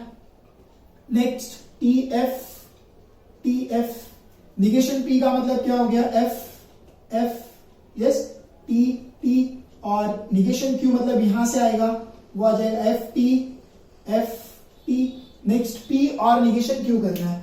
तो किसके किसके बीच में और है, यस पी और निगेशन क्यू। तो और में क्या होता है, दोनों फॉल्स तो ही फॉल्स। तो चेक कर लो दोनों फॉल्स कहां पे है, देखो दोनों फॉल्स यहाँ पे 3rd यस रो में दिख रहा है ना वहां पे। तो आप यहाँ पे लिख दो एफ, बाकी सब क्या आ जाएगा, ट्रू आ जाएगा। यस बिंदास हम लोग लिख सकते हैं। फिर 5 एंड क्यू, इन दोनों 5th और 2nd कॉलम के बीच में क्या करना है, एंड करना है। एंड में क्या होता है, दोनों ट्रू तो ही ट्रू आएगा। देखो यहाँ पे दोनों ट्रू है, ठीक है, तो यहाँ पे ट्रू आ गया। और कहीं पे है क्या दोनों ट्रू, देखो नहीं है, यस तो बाकी सब क्या आ जाएगा, फॉल्स आ जाएगा। अब लास्ट कॉलम वो है negation P and yes 6th वाला कॉलम, मतलब निगेशन पी देखो यहाँ पे 3rd है, इन दोनों के बीच में एंड करना है। एंड में क्या होता है, दोनों ट्रू तो ट्रू, दोनों ट्रू है या किधर पे, कहीं पे भी दोनों ट्रू नहीं है। तो सारे आंसर्स क्या आ जाएंगे, यस एफ आ जाएंगे। सो this is the final yes answer. तो बहुत ही लॉजिकल और सिंपल है, बट जहां पे एक्सप्लेनेशन के बाद आपको खुद से अपनी नोटबुक में ट्राई करना चाहिए इंस्टेड ऑफ डायरेक्टली कॉपी। तो एक बार आप अपनी नोटबुक में स्टेटमेंट पैटर्न के बाद यस खुद से पूरा टेबल बनाओ और ट्राई करो, whether you are able to solve it और not, just check it out. Yes please start doing it. I hope you finished it. Now I'm going to solve question number 6. See, it is negation P implies negation Q and negation Q implies negation P. देखो same procedure है। सबसे पहले तो हम लोग को second जो रो होता है उसे लिखना होता है। तो मैं P लिखा, Q, देन व्हाट, निगेशन वाले स्टेटमेंट्स लिखने होते हैं। सो देखो यहाँ पे निगेशन P निगेशन Q दिख रहा है, राइट। तो निगेशन P भी है और निगेशन Q भी अवेलेबल है, तो लिख दिया। कॉलम नंबर मेंशन कर देते हैं, ठीक है, 4, 5, 6 एंड 7। सी अब यहाँ पे क्या आएगा, तो सिंपली यहाँ पे ये जो फर्स्ट ब्रैकेट दिख रहा है वो आ जाएगा। तो मैं यहाँ पे लिखता हूँ, देखो निगेशन पी 3 और 4 है, तो 3 इम्प्लास यस 4, ये मैंने यहाँ पे लिख दिया। अब नेक्स्ट यहाँ पे क्या है, तो निगेशन क्यू इम्प्लास निगेशन पी है ना। निगेशन क्यू इम्प्लास निगेशन पी मतलब 4 इम्प्लाइज 3 है यहाँ पे, जो मैंने 6th कॉलम में लिखा। और 7th वाला तो फाइनल आंसर आ जाएगा, दैट इज 5 एंड 6 के बीच में एंड है। तो यहाँ पे 5 एंड ये 6 है ना, 5 एंड 6 के बीच में एंड है। तो ये जो फाइनल स्टेटमेंट पैटर्न है वो ये लास्ट 7th कॉलम में यस आ जाएगा। सो इन दिस वे हम लोग को करना चाहिए। अब देखो बेसिक चीज है जो हम लोग अभी तक इसके पहले के प्रॉब्लम्स में करते आए, टी टी एफ एफ लिखना है, उसके बाद T F, next negation P मतलब ये हो गया F F T T, next आ जाएगा एफ टी। देखो अभी इंप्लीकेशन है, 3 और 4 के बीच में इंप्लीकेशन है। तो इंप्लीकेशन का रूल क्या है, first one is true, second one is false, then only it is false. तो चेक करते हैं 3 में पहले ट्रू कहां पे, देखो यहाँ पे true false then only it is false. देखो यहाँ पे ट्रू तो है बट यहाँ पे फॉल्स नहीं है, मतलब बाकी सब आंसर क्या आ जाएंगे, ट्रू आ जाएंगे। अब यहाँ पे 4 इंप्लाइज 3 है, मतलब फर्स्ट स्टेटमेंट 4 है, सेकंड स्टेटमेंट 3 है। तो फर्स्ट स्टेटमेंट ट्रू यहाँ पे देखना है आपको, देखो ट्रू यहाँ पे है, फॉल्स यहाँ पे, तो यहाँ पे एफ आएगा। देखो यहाँ पे ट्रू है बट यहाँ पे फॉल्स है क्या, नहीं है। इसका मतलब क्या हुआ, बाकी सब जगह पे टी आएगा। नेक्स्ट क्या करना है, 5th और 6th कॉलम में एंड करना है। तो एंड में क्या होता है, दोनों ट्रू तो ही ट्रू आता है ना। If both are true then only it is true. तो अब वो चेक कर रहे हैं, देखो बोथ आर ट्रू कहां पे, तो यस यहाँ पे फर्स्ट जो दिख रहा है उसमें वो दोनों ट्रू है, तो ट्रू आ गया। और कहां पे दोनों ट्रू है, देखो लास्ट वाला राइट रो, तो यहाँ पे टी आ गया, बाकी है क्या नहीं, तो क्या आ जाएगा बाकी जगह पे एफ। ये हो गया हमारा ट्रुथ टेबल है ना फॉर गिवन स्टेटमेंट पैटर्न। तो बहुत ही सिंपल सी चीज है, इतना ही करना है हम लोग को। देखो बहुत ही इंटरेस्टिंग है अगर आपको ये समझ में आ रहा है तो। अब नेक्स्ट है Q इंप्लाइज P और negation P double implication Q। तो फिर से प्रोसीजर सेम है, P फिर Q फिर निगेशन देख लेना है कहां पे है। देखो निगेशन P यहां पे है तो निगेशन P लिखा, निगेशन Q है क्या, नहीं है। 1 2 3 4 5 एंड 6। अब इस कॉलम में क्या आने वाला है, तो दैट इज पहले Q इंप्लाइज P लिख देते हैं। सो Q इंप्लाइज P का मतलब है हम लोग वो सिंपली Q इंप्लाइज P ऐसा लिखते हैं। ऑप्शनल है आपके पास, आप 2 इंप्लाइज 1 भी लिख सकते हो, it is all depends on you, आप कैसे सॉल्व कर रहे हो। Negation P double implication Q, देखो निगेशन P यहाँ पे है और डबल इंप्लीकेशन Q करना है, तो मैं यहाँ पे लिखता हूं 3, मतलब निगेशन P डबल इंप्लीकेशन, ठीक है, क्या आ जाएगा Q, मतलब वो मैं 2 लिख देता हूं, ठीक है ना। सो it is all depends on us कि हम कैसे उसको लिखते हैं।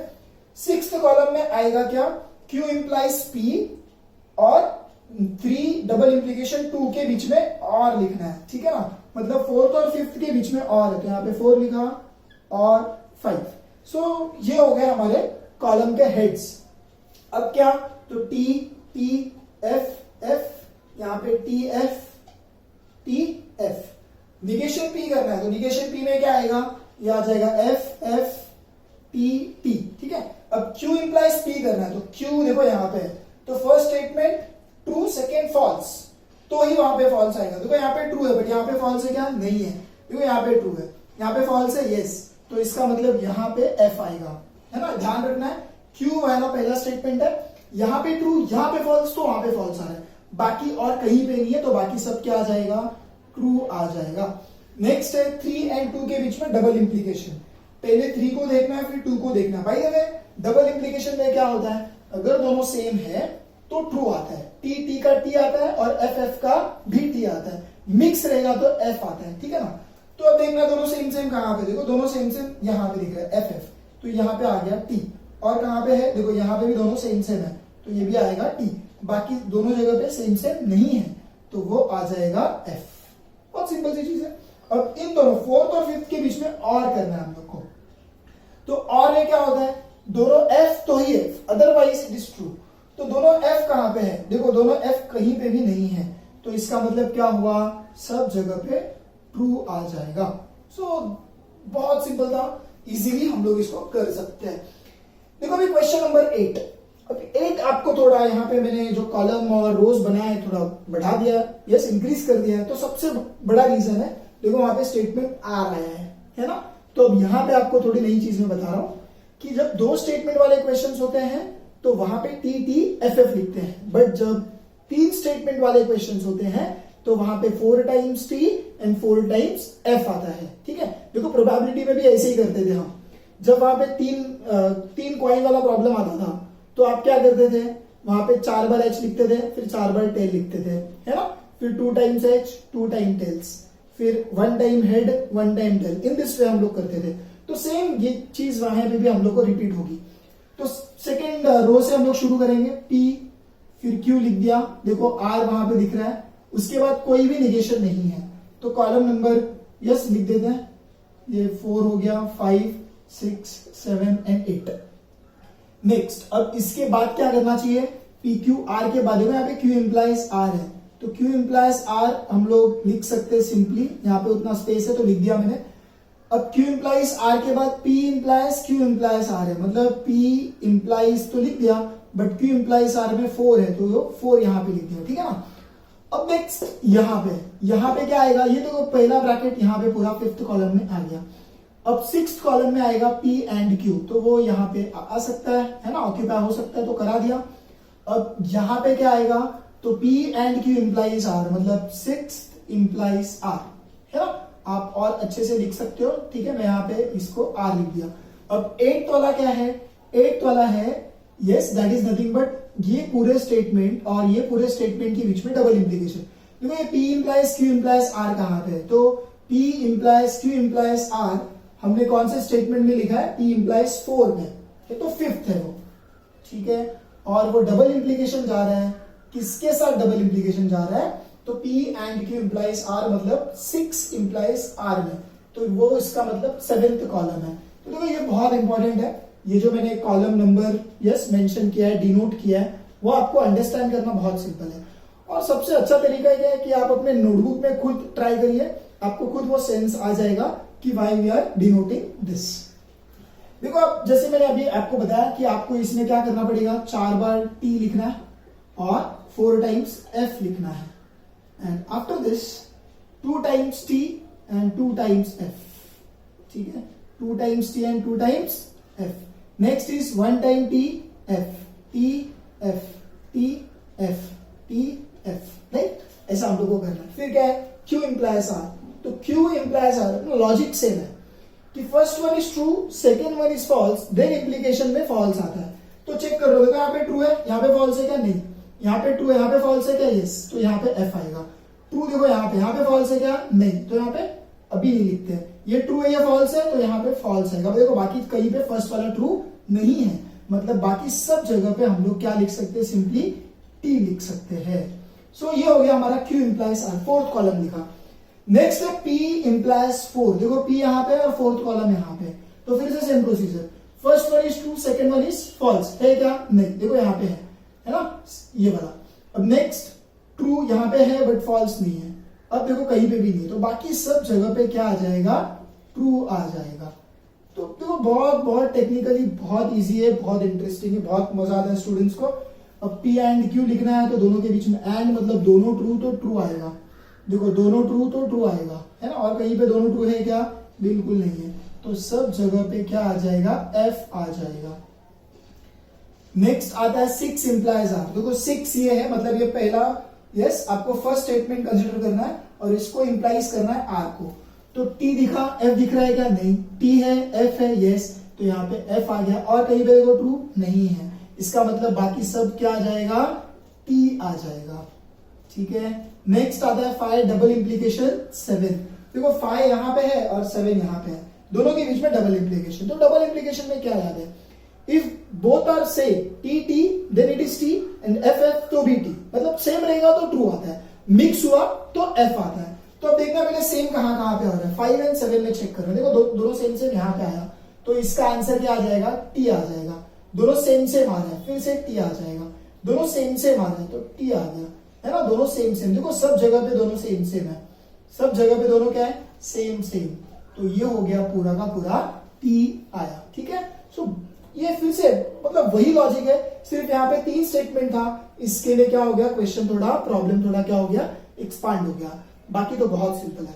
देखो मैंने इसके पहले आपको जो क्वेश्चंस, अभी 8 के बाद 9th एंड 10th क्वेश्चन भी है इस क्वेश्चन में, बट वो मैं आप लोगों को असाइनमेंट दे रहा हूं कि आप लोग को वो प्रॉब्लम सॉल्व करना है, और अगर आपको नहीं आएगा तो आप क्या कर सकते हो, नीचे जो लिंक मैंने दिया है कमेंट में, यस डिस्क्रिप्शन बॉक्स में, वहां पे आपको यस आपकी क्वेरीज पूछ लेनी है, और अगर आपने इसके आंसर निकाल दिए इस असाइनमेंट के तो वहां पे आप इसे अपलोड भी कर सकते हो, ठीक है ना। तो कौन कौन से क्वेश्चंस मैंने आपके लिए छोड़े हैं, तो मैंने देखो फर्स्ट सेकंड कराया था, थर्ड यस ये क्वेश्चन आपको करना है, फोर्थ करना है, और फिर उसके बाद देखो 8 तक तो मैंने कर दिया है, 9th एंड 10th ये क्वेश्चंस आपको करने हैं, मतलब इसमें टोटल 10 क्वेश्चंस थे, 6 क्वेश्चंस मैंने किए हैं, 4 क्वेश्चंस आपको करने हैं। So start doing it and complete it. So now question number 2. It is using truth table prove the following. देखो स्टेटमेंट पैटर्न दिया है और उसको इक्विवेलेंट प्रूफ करना है, मतलब LHS इक्वल टू RHS करना है। देखो इसका प्रोसीजर भी सेम ही है, हम लोग जैसे लास्ट क्वेश्चन में क्या किया था, हमने स्टेटमेंट पैटर्न का ट्रूथ टेबल बनाया था, सेम प्रोसीजर यहाँ पे करना है। तो मैं यहाँ पे पहले कॉलम नंबर लिख देता हूँ, ये हो गया 5 6 तक, ठीक है, वो पहले से मैंने जजमेंट ले लिया, उसके हिसाब से कॉलम बनाया, बहुत सिंपल सी चीज है, आप भी ऐसा डायरेक्टली कर सकते हो। पी क्यू, उसके बाद यहाँ पे देखो निगेशन पी का स्टेटमेंट है, निगेशन क्यू कहीं पे भी नहीं है तो निगेशन पी आ गया। अब उसके बाद आता है निगेशन पी एंड क्यू, तो मैं यहाँ पे लिखता हूँ निगेशन पी एंड क्यू, ठीक है। नेक्स्ट 5th कॉलम में क्या आएगा, देखो ये LHS का कॉलम कंप्लीट हो गया, ठीक है, इक्विवेलेंट साइन के पहले वो LHS है, तो मैं 4th वाले के यहाँ पे एक रेड मार्किंग कर देता हूँ, तो समझ जाएगा कि ये LHS का कॉलम है। अब 5th में आएगा P और Q, तो मैं यहाँ पे लिख दिया P और Q। अब 6th कॉलम में क्या आएगा, P और Q एंड निगेशन P, मतलब वो 5th है और उसके साथ एंड जाएगा निगेशन P। अब 6th कॉलम जो है वो RHS है, ठीक है, तो हम लोग को फोर्थ और सिक्स्थ कॉलम को इक्विवेलेंट प्रूफ करना है। तो देखो कैसे करना है, टी टी एफ एफ, ये तो बहुत कॉमन सी चीज है, आपको पता है कि ये स्टार्टिंग के पी और क्यू में क्या लिखना है। नेक्स्ट निगेशन पी है, मतलब ये हो जाएगा F F T T. Negation P and Q करना है, निगेशन पी एंड क्यू, इन दोनों के बीच में एंड करना है, मतलब क्या दोनों ट्रू तो ही ट्रू, अदरवाइज क्या आएगा इधर पे फॉल्स आएगा। नेक्स्ट पी और क्यू, देखो ये तो स्टैंडर्ड वाला है अपना, और मतलब क्या कि दोनों एफ तो एफ, अदरवाइज सब जगह पे ट्रू आ जाएगा। अब लास्ट कॉलम है सिक्स्थ वाला, ये है हमारा आरएचएस, तो इसमें क्या करना है 5 एंड निगेशन क्यू, मतलब 5 एंड निगेशन पी, है ना। तो इन दोनों के बीच में हम लोग को एंड देखना है, और एंड में क्या होता है, दोनों जगह पे ट्रू तो ही ट्रू होता है, बाकी जगह पे फॉल्स होता है। तो आप अब कॉलम नंबर 4 और 6 देखो एग्जैक्टली सेम आया, तो आपको कंक्लूजन लिखना है from column 4 and 6. Yes, what we can write? It can be proved. It can be proved. और hence proved. Yes, जो भी लिखना है आप लिख सकते हो, ये पूरा स्टेटमेंट भी आप इसके नीचे लिखना चाहते हो तो वो भी आप लिख दोगे, तो कोई प्रॉब्लम नहीं है। बेटर आपको क्या लिखना चाहिए, it can be proof that given statement are equivalent, ये इसके आगे का कंप्लीट स्टेटमेंट होगा, तो प्लीज वो आप लिख देना। मैं सेकेंड प्रॉब्लम सिखा देता हूं अभी। यहां पे देखो सबसे पहले तो मैं कॉलम नंबर लिख देता हूं, 4 5 6 7 8 तक यहां पे जाएगा, P आ गया, Q। अब देखो यहाँ पे P Q के बाद निगेशन, इंडिविजुअल स्टेटमेंट को कहीं पे निगेशन है क्या, नहीं, देखो ये ब्रैकेट के बाहर निगेशन है, तो डोंट गेट कंफ्यूज कि निगेशन P निगेशन Q कहीं पे भी नहीं है यहाँ पे, तो डायरेक्टली अब P डबल इंप्लीकेशन Q लिखना पड़ेगा, तो वो लिखता हूं मैं, P डबल इंप्लीकेशन Q लिखा। नेक्स्ट ये देखो, ये हमारा जो थर्ड कॉलम है ये हमारा LHS है, तो मैं यहाँ पे रेड मार्किंग कर देता हूं, ये हमारा LHS हुआ। अब फोर्थ कॉलम में मैं लिखने वाला हूं P और Q, ठीक है, तो P और Q लिख दिया। नेक्स्ट P एंड Q लिखते हैं, और उसके बाद इसका निगेशन है, इस ब्रैकेट के बाहर देखो निगेशन है, तो ये होगा निगेशन, मैं 5 लिख देता हूं, ठीक है ना, ये फिफ्थ में P एंड Q मैंने मेंशन किया था, तो निगेशन 5 हो गया। अब इस ब्रैकेट और इस ब्रैकेट के बीच में क्या है, एंड है, ये P और Q कहां पे लिखा है हमने, देखो फोर्थ वाला कॉलम लिखा है, राइट, तो फोर्थ कॉलम ये हो गया P और Q, इसके साथ एंड करना है क्या, एंड सिक्स्थ कॉलम, है ना, सिक्स्थ कॉलम मतलब क्या है वो, इसका negation, in this way we can do. अब एट्थ कॉलम में क्या आएगा, ये पूरा जो ब्रैकेट है वो कहां पे आ गया, देखो वो सेवेंथ कॉलम में, यस ऑक्यूपाई हो गया है, 4 and 6, है ना, ये पूरा मैंने 6 कॉलम में मेंशन किया हुआ है, तो एट्थ में क्या आ जाएगा, निगेशन ऑफ 7। तो ये हमने क्या कर दिया, इसके हेड कॉलम्स बना दिए। अब क्या, तो सिंपल सा प्रोसीजर है, फिर से वही चीज है, टी टी एफ एफ, यहाँ पे T F P double implication Q, दोनों सेम सेम तो ट्रू आता है, बाकी दोनों भी फॉल्स आएगा बीच में, पी और क्यू स्टैंडर्ड वाला ये सब, और में क्या होता है, दोनों फॉल्स तो ही फॉल्स, अदरवाइज क्या आ जाएगा, ट्रू। पी एंड क्यू में दोनों जगह अगर ट्रू है तो ट्रू आता है, अदरवाइज क्या आता है, फॉल्स आ जाता है। नेक्स्ट है निगेशन 5 करना है, मतलब इसका निगेशन यहाँ पे आ जाएगा, F T T and T आ गया। 4 and 6, देखो 4 यहाँ पे और 6 यहाँ पे, इन दोनों के बीच में एंड करना है, तो एंड क्या होता है, दोनों ट्रू तो ट्रू, अदरवाइज फॉल्स। देखो दोनों ट्रू कहाँ पे, देखो इधर है, ट्रू लिख दिया, दोनों ट्रू है, बाकी दोनों भी क्या आ जाएगा, फॉल्स आ जाएगा। अब लास्ट है इस स्टेटमेंट का निगेशन, मतलब यहाँ पे आएगा टी एफ एफ टी। अब आप देख लो कॉलम नंबर जो 8 आया ये हमारा आरएचएस है, ठीक है ना। अब third column T F F T, तो एग्जैक्टली सेम आया, मतलब इक्विवेलेंट हो गया। तो हम लोग क्या लिख सकते हैं final answer, we can write from column, कौन सा कॉलम, 3rd and 6th, या sorry 3rd and 8th, given statement pattern, given statement pattern are equivalent। मैं यहां पे सिर्फ इक्वल लिख रहा हूं, यस इट्स ओके। तो इस तरीके से हम लोग लिख सकते हैं। अब नेक्स्ट फिफ्थ वाला, देखो फिफ्थ में भी सेम प्रोसीजर है, बट यहां पे क्या हो गया, यहां पे आर भी है, इसके लिए यहां पे जो हमारे रोज एंड कॉलम्स है वो इंक्रीज हो गए। अब फिर से हम लोग को कॉलम का जो हेड है वो तो कॉलम नंबर ही आएगा, तो यहाँ पे 4 5 6 7 और 8 लिख दिया, ये हो गया P Q R। नेक्स्ट अब पी क्यू आर के बाद मैं ये लिख रहा हूं, तो यहां पे आ गया पी और क्यू। नेक्स्ट आएगा पी और क्यू इंप्लाइज आर, मतलब देखो ये हो गया 4 इंप्लाइज आर आ गया, ठीक है। अब 6th कॉलम में क्या आएगा, 6th कॉलम में आएगा P इंप्लाइज R, तो P इंप्लाइज R देखो यहाँ पे, तो मैं यहाँ पे लिखता हूँ P implies R। Next 7th column में Q इंप्लाइज R लिखते हैं, ये हो गया Q इंप्लाइज R। आप थोड़ा और अच्छे से जगह बना के लिखना, ठीक है, थोड़ा आप समझने की कोशिश कर लो कि मैंने क्या लिखा है। अब लास्ट वाला जो 8th कॉलम है वो है P इंप्लाइज R और Q इंप्लाइज R के बीच में एंड, मतलब 6th और 7th के बीच में एंड है, तो 6th एंड 7th, ठीक है ना, उन दोनों के बीच में एंड है। अच्छा, रेड मार्किंग कर देते हैं कि कौन कौन से कॉलम को इक्वल करना है। देखो P और Q इंप्लाइज R, तो P और Q इंप्लाइज R देखो वो 5th कॉलम में, तो ये रेड मार्किंग कर दिया, और 8th, मतलब हम लोग को 5th कॉलम और 8th कॉलम को इक्विवेलेंट लाना है। देखो फिर से वही चीज है, क्वेश्चन नंबर 1 में हम लोग ने यस एक क्वेश्चन डिस्कस किया था जिसके अंदर वो पी क्यू आर वाले क्वेश्चन था, स्टेटमेंट था, तो उसमें हम लोग 4 टाइम्स टी लिखते हैं और 4 टाइम्स एफ लिखते हैं। नेक्स्ट 2 टाइम्स टी आ जाएगा, 2 टाइम्स एफ आएगा, है ना, टी टी एफ एफ, फिर T F T F T F T and F. अब P और Q करना है, और में क्या होता है, दोनों फॉल्स तो फॉल्स, तो देखो दोनों फॉल्स कहां पे है, दोनों फॉल्स, देखो ये लास्ट के 2 स्टेटमेंट दोनों फॉल्स है, तो वो क्या आता है, फॉल्स आता है, अदरवाइज सब का सब स्टेटमेंट क्या आ जाएगा, ट्रू आ जाएगा। अब 4 इंप्लाइज आर है, तो 4 यहां पे है और इंप्लाइज यस आर यहां पे है, तो पहला स्टेटमेंट ये है और सेकंड स्टेटमेंट इसको लेना है, मतलब ट्रू और first statement true, second statement false, तो वहां पे फॉल्स। देखो ये तो नहीं है, यहाँ पे है लेकिन ट्रू फॉल्स, तो यहाँ पे फॉल्स, ट्रू है बट यहाँ पे फॉल्स नहीं है, यहाँ पे ट्रू है, देखो यहाँ पे फॉल्स है तो यहाँ पे एफ आएगा, यहाँ पे ट्रू है यहाँ पे फॉल्स है तो फॉल्स आएगा, यहाँ पे ट्रू नहीं है कहीं पे, ठीक है, तो बाकी के सब स्टेटमेंट क्या आ जाएंगे, ट्रू आ जाएंगे।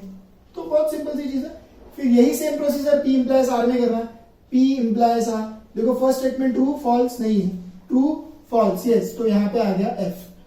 फिर बाद में क्या करना है, ट्रू फॉल्स यस, तो यहाँ पे एफ आ गया, फिर कहीं पे आ रहा है क्या, नहीं, तो बाकी सारे स्टेटमेंट्स आ जाएंगे हमारे true. And after this Q implies R, मतलब Q और R के बीच में इंप्लीकेशन है, तो ट्रू इंप्लाइज एफ, तो यहाँ पे आ गया F. Next true implies F, यहाँ पे है तो यहाँ पे भी आ गया एफ, और कहीं पे है क्या, ट्रू इंप्लाइज एफ नहीं है, तो बाकी सारे स्टेटमेंट हो जाएंगे हमारे ट्रू। अब फाइनल आंसर, इन दोनों के बीच में एंड करना है। अच्छा, एंड में क्या होता है, दोनों ट्रू तो ट्रू, अदरवाइज फॉल्स, तो दोनों ट्रू देखो यहाँ पे है तो ट्रू हो गया, दोनों ट्रू फिर से यहाँ पे है, और कहीं पे यस यहाँ पे है, दोनों ट्रू यहाँ पे है, ठीक है, बाकी सारे स्टेटमेंट आ जाएंगे हमारे फॉल्स।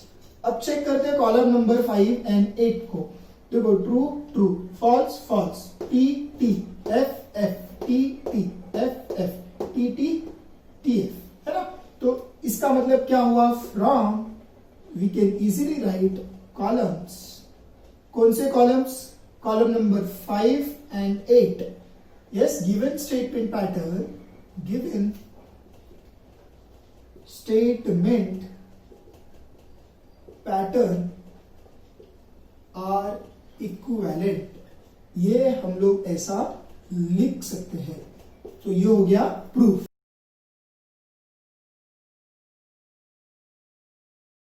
अगर आपने नहीं लिखा है तो प्लेबैक करके आप कॉपी कर लीजिए। देखो क्वेश्चन नंबर 5 के बाद डायरेक्टली मैं आपको 8 सिखा रहा हूं, ठीक है, तो बीच में जितने भी प्रॉब्लम्स हैं वो आप एज एन असाइनमेंट सॉल्व करो and check it whether you are able to solve it और नॉट। देखो इसमें फिर से एलएचएस में क्या लिखा है, P एंड Q और R equivalent to P and Q और P एंड R, तो yes procedure is the same, हम लोग सबसे पहले कॉलम नंबर लिख रहे हैं, है ना, ये कहां तक आ गया, 8 तक आ गया, तो नेक्स्ट आएगा P Q R, देखो कोई निगेशन है क्या, कोई भी निगेशन नहीं है, उसके बाद ये लिखते हैं हम लोग Q और R का कॉलम लिखते हैं, तो Q और R लिख दिया। नेक्स्ट Q और R के साथ एंड जाएगा P के साथ, तो P एंड हुआ और ये 4 लिख दिया मैंने, ठीक है। अब नेक्स्ट 6th कॉलम में क्या आएगा, तो वो होगा P एंड Q, आप देख सकते हो ये जो मैंने 5th कॉलम लिखा है यही हमारा LHS है, ठीक है ना। अब 6th कॉलम में P एंड Q लिखा, नेक्स्ट 7th में P एंड R लिख दिया, और लास्ट कॉलम जो है वो 6 और 7 के बीच में और है, तो 6 और 7 ऐसा लिख दिया। अब नेक्स्ट तो आपको पता ही है कि 4 टाइम्स टी लिखना है आपको और 4 टाइम्स एफ लिखना है। नेक्स्ट 2 टाइम्स टी लिखना है, फिर एफ एफ आएगा, यहाँ पे टी टी एफ एफ हो गया, ये हो गया T F and T S F. Next Q और आर, इन दोनों के बीच में और करना है। और में क्या होता है, दोनों फॉल्स तो फॉल्स, देखो दोनों फॉल्स और कहां पे, लास्ट वाला है, बाकी सब जगह पे ट्रू आ जाएगा, ठीक है, तो ट्रू आ गया बाकी सब जगह पे। नेक्स्ट एंड है 4 के साथ, P एंड 4, यस, तो इन दोनों के बीच में एंड करना है हम लोग को। तो एंड में क्या होता है, दोनों ट्रू तो ट्रू आता है, तो दोनों ट्रू देखो यहाँ पे है, और कहीं पे यस यहाँ पे भी दोनों ट्रू है, और कहीं पे दोनों ट्रू है नहीं है, तो बाकी सब जगह पे हमने F लिख दिया। अब नेक्स्ट क्या आ जाएगा, P एंड Q, तो P एंड Q देखो ये तो सिंपल सी चीज है, दोनों ट्रू तो ट्रू है ना एंड में, तो दोनों ट्रू यहाँ पे है। अब दोनों ट्रू देखो कहाँ पे है, यस कहीं पे भी दोनों ट्रू नहीं है, तो बाकी सब जगह पे हमने लिख दिया फॉल्स। नेक्स्ट 7th कॉलम में आ गया P एंड R, इन दोनों के बीच में एंड करना है, यस सेम प्रोसीजर, दोनों जगह ट्रू तो ट्रू, तो देखो दोनों जगह ट्रू यहाँ पे है, फिर यहाँ पे भी दोनों जगह ट्रू है, नेक्स्ट दोनों जगह ट्रू कहीं पे भी नहीं है, तो बाकी सब जगह पे आ गया false. And after writing this, अब 6 और 7 करना है, इन दोनों के बीच में और करना है। और में क्या होता है, दोनों फॉल्स तो फॉल्स, देखो दोनों फॉल्स, यस यहाँ पे है, फिर यस नेक्स्ट उसके बाद का ये है ना, बाकी नीचे देखो सब दोनों फॉल्स ही है, तो ऊपर के 3 क्या आ गए, 2 आ गए। ये हमारा जो 8th कॉलम है ये हो गया हमारा आरएचएस का। अब देखते हैं 5th और 8th कॉलम, आप चेक कर लो 5th कॉलम और 8th कॉलम, देखो स्टार्टिंग के 3 ट्रू है, बाकी सब नीचे फॉल्स है, तो इसका मतलब हम लोग क्या लिख सकते हैं, we can write from columns, कौन कौन सा column, 5th and 8th, given statement pattern, given statement pattern are equivalent, ऐसा हम लोग इसको लिख सकते हैं। तो बहुत सिंपल क्वेश्चन है ये सारी चीजें, ठीक है। अब नेक्स्ट 9th वाला करते हैं। देखो 9th वाले में फिर से वही चीज है, कॉलम नंबर 1 2 3 4 5 6 एंड 7, ये P हो गया, Q और R। देखो ये RHS में ही R है, तो रेड मार्किंग कर देते हैं, यही अपना RHS है, ठीक है। अच्छा उसके बाद नेक्स्ट क्या है, हम लोग को लिखना है P और Q का कॉलम, तो मैं यहाँ पे लिखता हूँ P और Q लिख दिया। देखो यहाँ पे भी P और Q ही है, मतलब एक्स्ट्रा उसके लिए कॉलम बनाने की जरूरत नहीं है। अब यहाँ पे क्या लिखूंगा मैं, निगेशन ऑफ P और Q है, मतलब निगेशन ऑफ 4 लिख देते हैं, तो उसमें ही ऑक्यूपाई हो जाएगा वो, ठीक है ना। अब 6th कॉलम में क्या लिखते हैं, 6th कॉलम में देखो निगेशन ऑफ 4 लिख रहा हूं, इसका मतलब क्या आएगा, इसका मतलब इसका निगेशन लिखा। अब इन दोनों के बीच में यस क्या है वो और, तो किसके किसके बीच में, 4 और 5 के बीच में और है, तो मैं लिखा 4 और 5, ठीक है ना। ये 4 है ये 5 है, दोनों के बीच में और है। ये 4th वाला कौन रिप्रेजेंट कर रहा है, 4th वाला ये रिप्रेजेंट कर रहा है, 5th वाला ये रिप्रेजेंट कर रहा है। अब 7th कॉलम में क्या आएगा, इन सबके साथ एंड आर है, तो इसका मतलब 6 एंड आर, ये रेड मार्क कर देते हैं 7th में, ये हमारा एक्चुअली LHS है। तो फिर से सेम चीज करनी है, आप 4 टाइम्स T लिख दो और 4 टाइम्स F लिख दो, फिर 2 टाइम्स T आ गया, फिर 2 टाइम्स F आ गया, F राइट, फिर यहाँ पे T F and T F। Next और करना है, किसके किसके बीच में, P एंड Q के बीच में और हम लोग को करेक्टिव लगाना है। तो और में क्या होता है, दोनों जगह पे फॉल्स तो फॉल्स आएगा, देखो दोनों जगह पे फॉल्स कहां पे, डायरेक्टली यहाँ पे सेकंड लास्ट और लास्ट वाला दोनों जगह फॉल्स है, तो ये फॉल्स आएगा, बाकी सब कितना आ गया, ट्रू आ गया। नेक्स्ट कॉलम में निगेशन ऑफ क्या करना है, 4 ही करना है, तो ये हो गया F एंड T, ठीक है ना। लास्ट इन दोनों के बीच में 4th और 5th के बीच में और करना है, और में क्या होता है, दोनों जगह पे फॉल्स तो फॉल्स, देखो दोनों जगह पे फॉल्स, कहीं पे भी दोनों जगह फॉल्स नहीं है, तो इसका मतलब सब जगह पे ट्रू आएगा। अब लास्ट जो आंसर करना है हमें वो है 6, यस, और R के बीच में क्या करना है, एंड करना है। तो एंड में क्या होता है, दोनों ट्रू तो ट्रू। तो अब देखते हैं, दोनों ट्रू, देखो ये आर है ना, तो दोनों ट्रू तो ट्रू आएगा, दोनों ट्रू और कहाँ पे है, देखो यहाँ पे, तो ट्रू आ गया, दोनों ट्रू यहाँ पे है, यस तो ट्रू आ गया। नेक्स्ट और दोनों तो ट्रू, देखो यहाँ पे ये आ गया, बाकी सब क्या आ जाएगा, फॉल्स आ जाएगा। तो आप देख सकते हो T F T F T F T F, मतलब वो आर एज इट इज है, ठीक है। सो बहुत ब्यूटीफुल क्वेश्चन है ये सब, ठीक है, बहुत इजीली आप लोग कर सकते हो। यहाँ पे मैं क्या लिख रहा हूँ, yes that is from columns, कौन सा column, 3rd and 7th।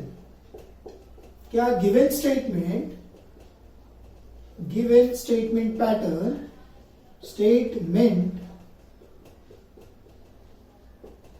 Pattern, are equivalent. देखो अभी जितने भी रिमेनिंग क्वेश्चन है इसमें, ठीक है, वो आप लोग एक बार ट्राई करके देखो।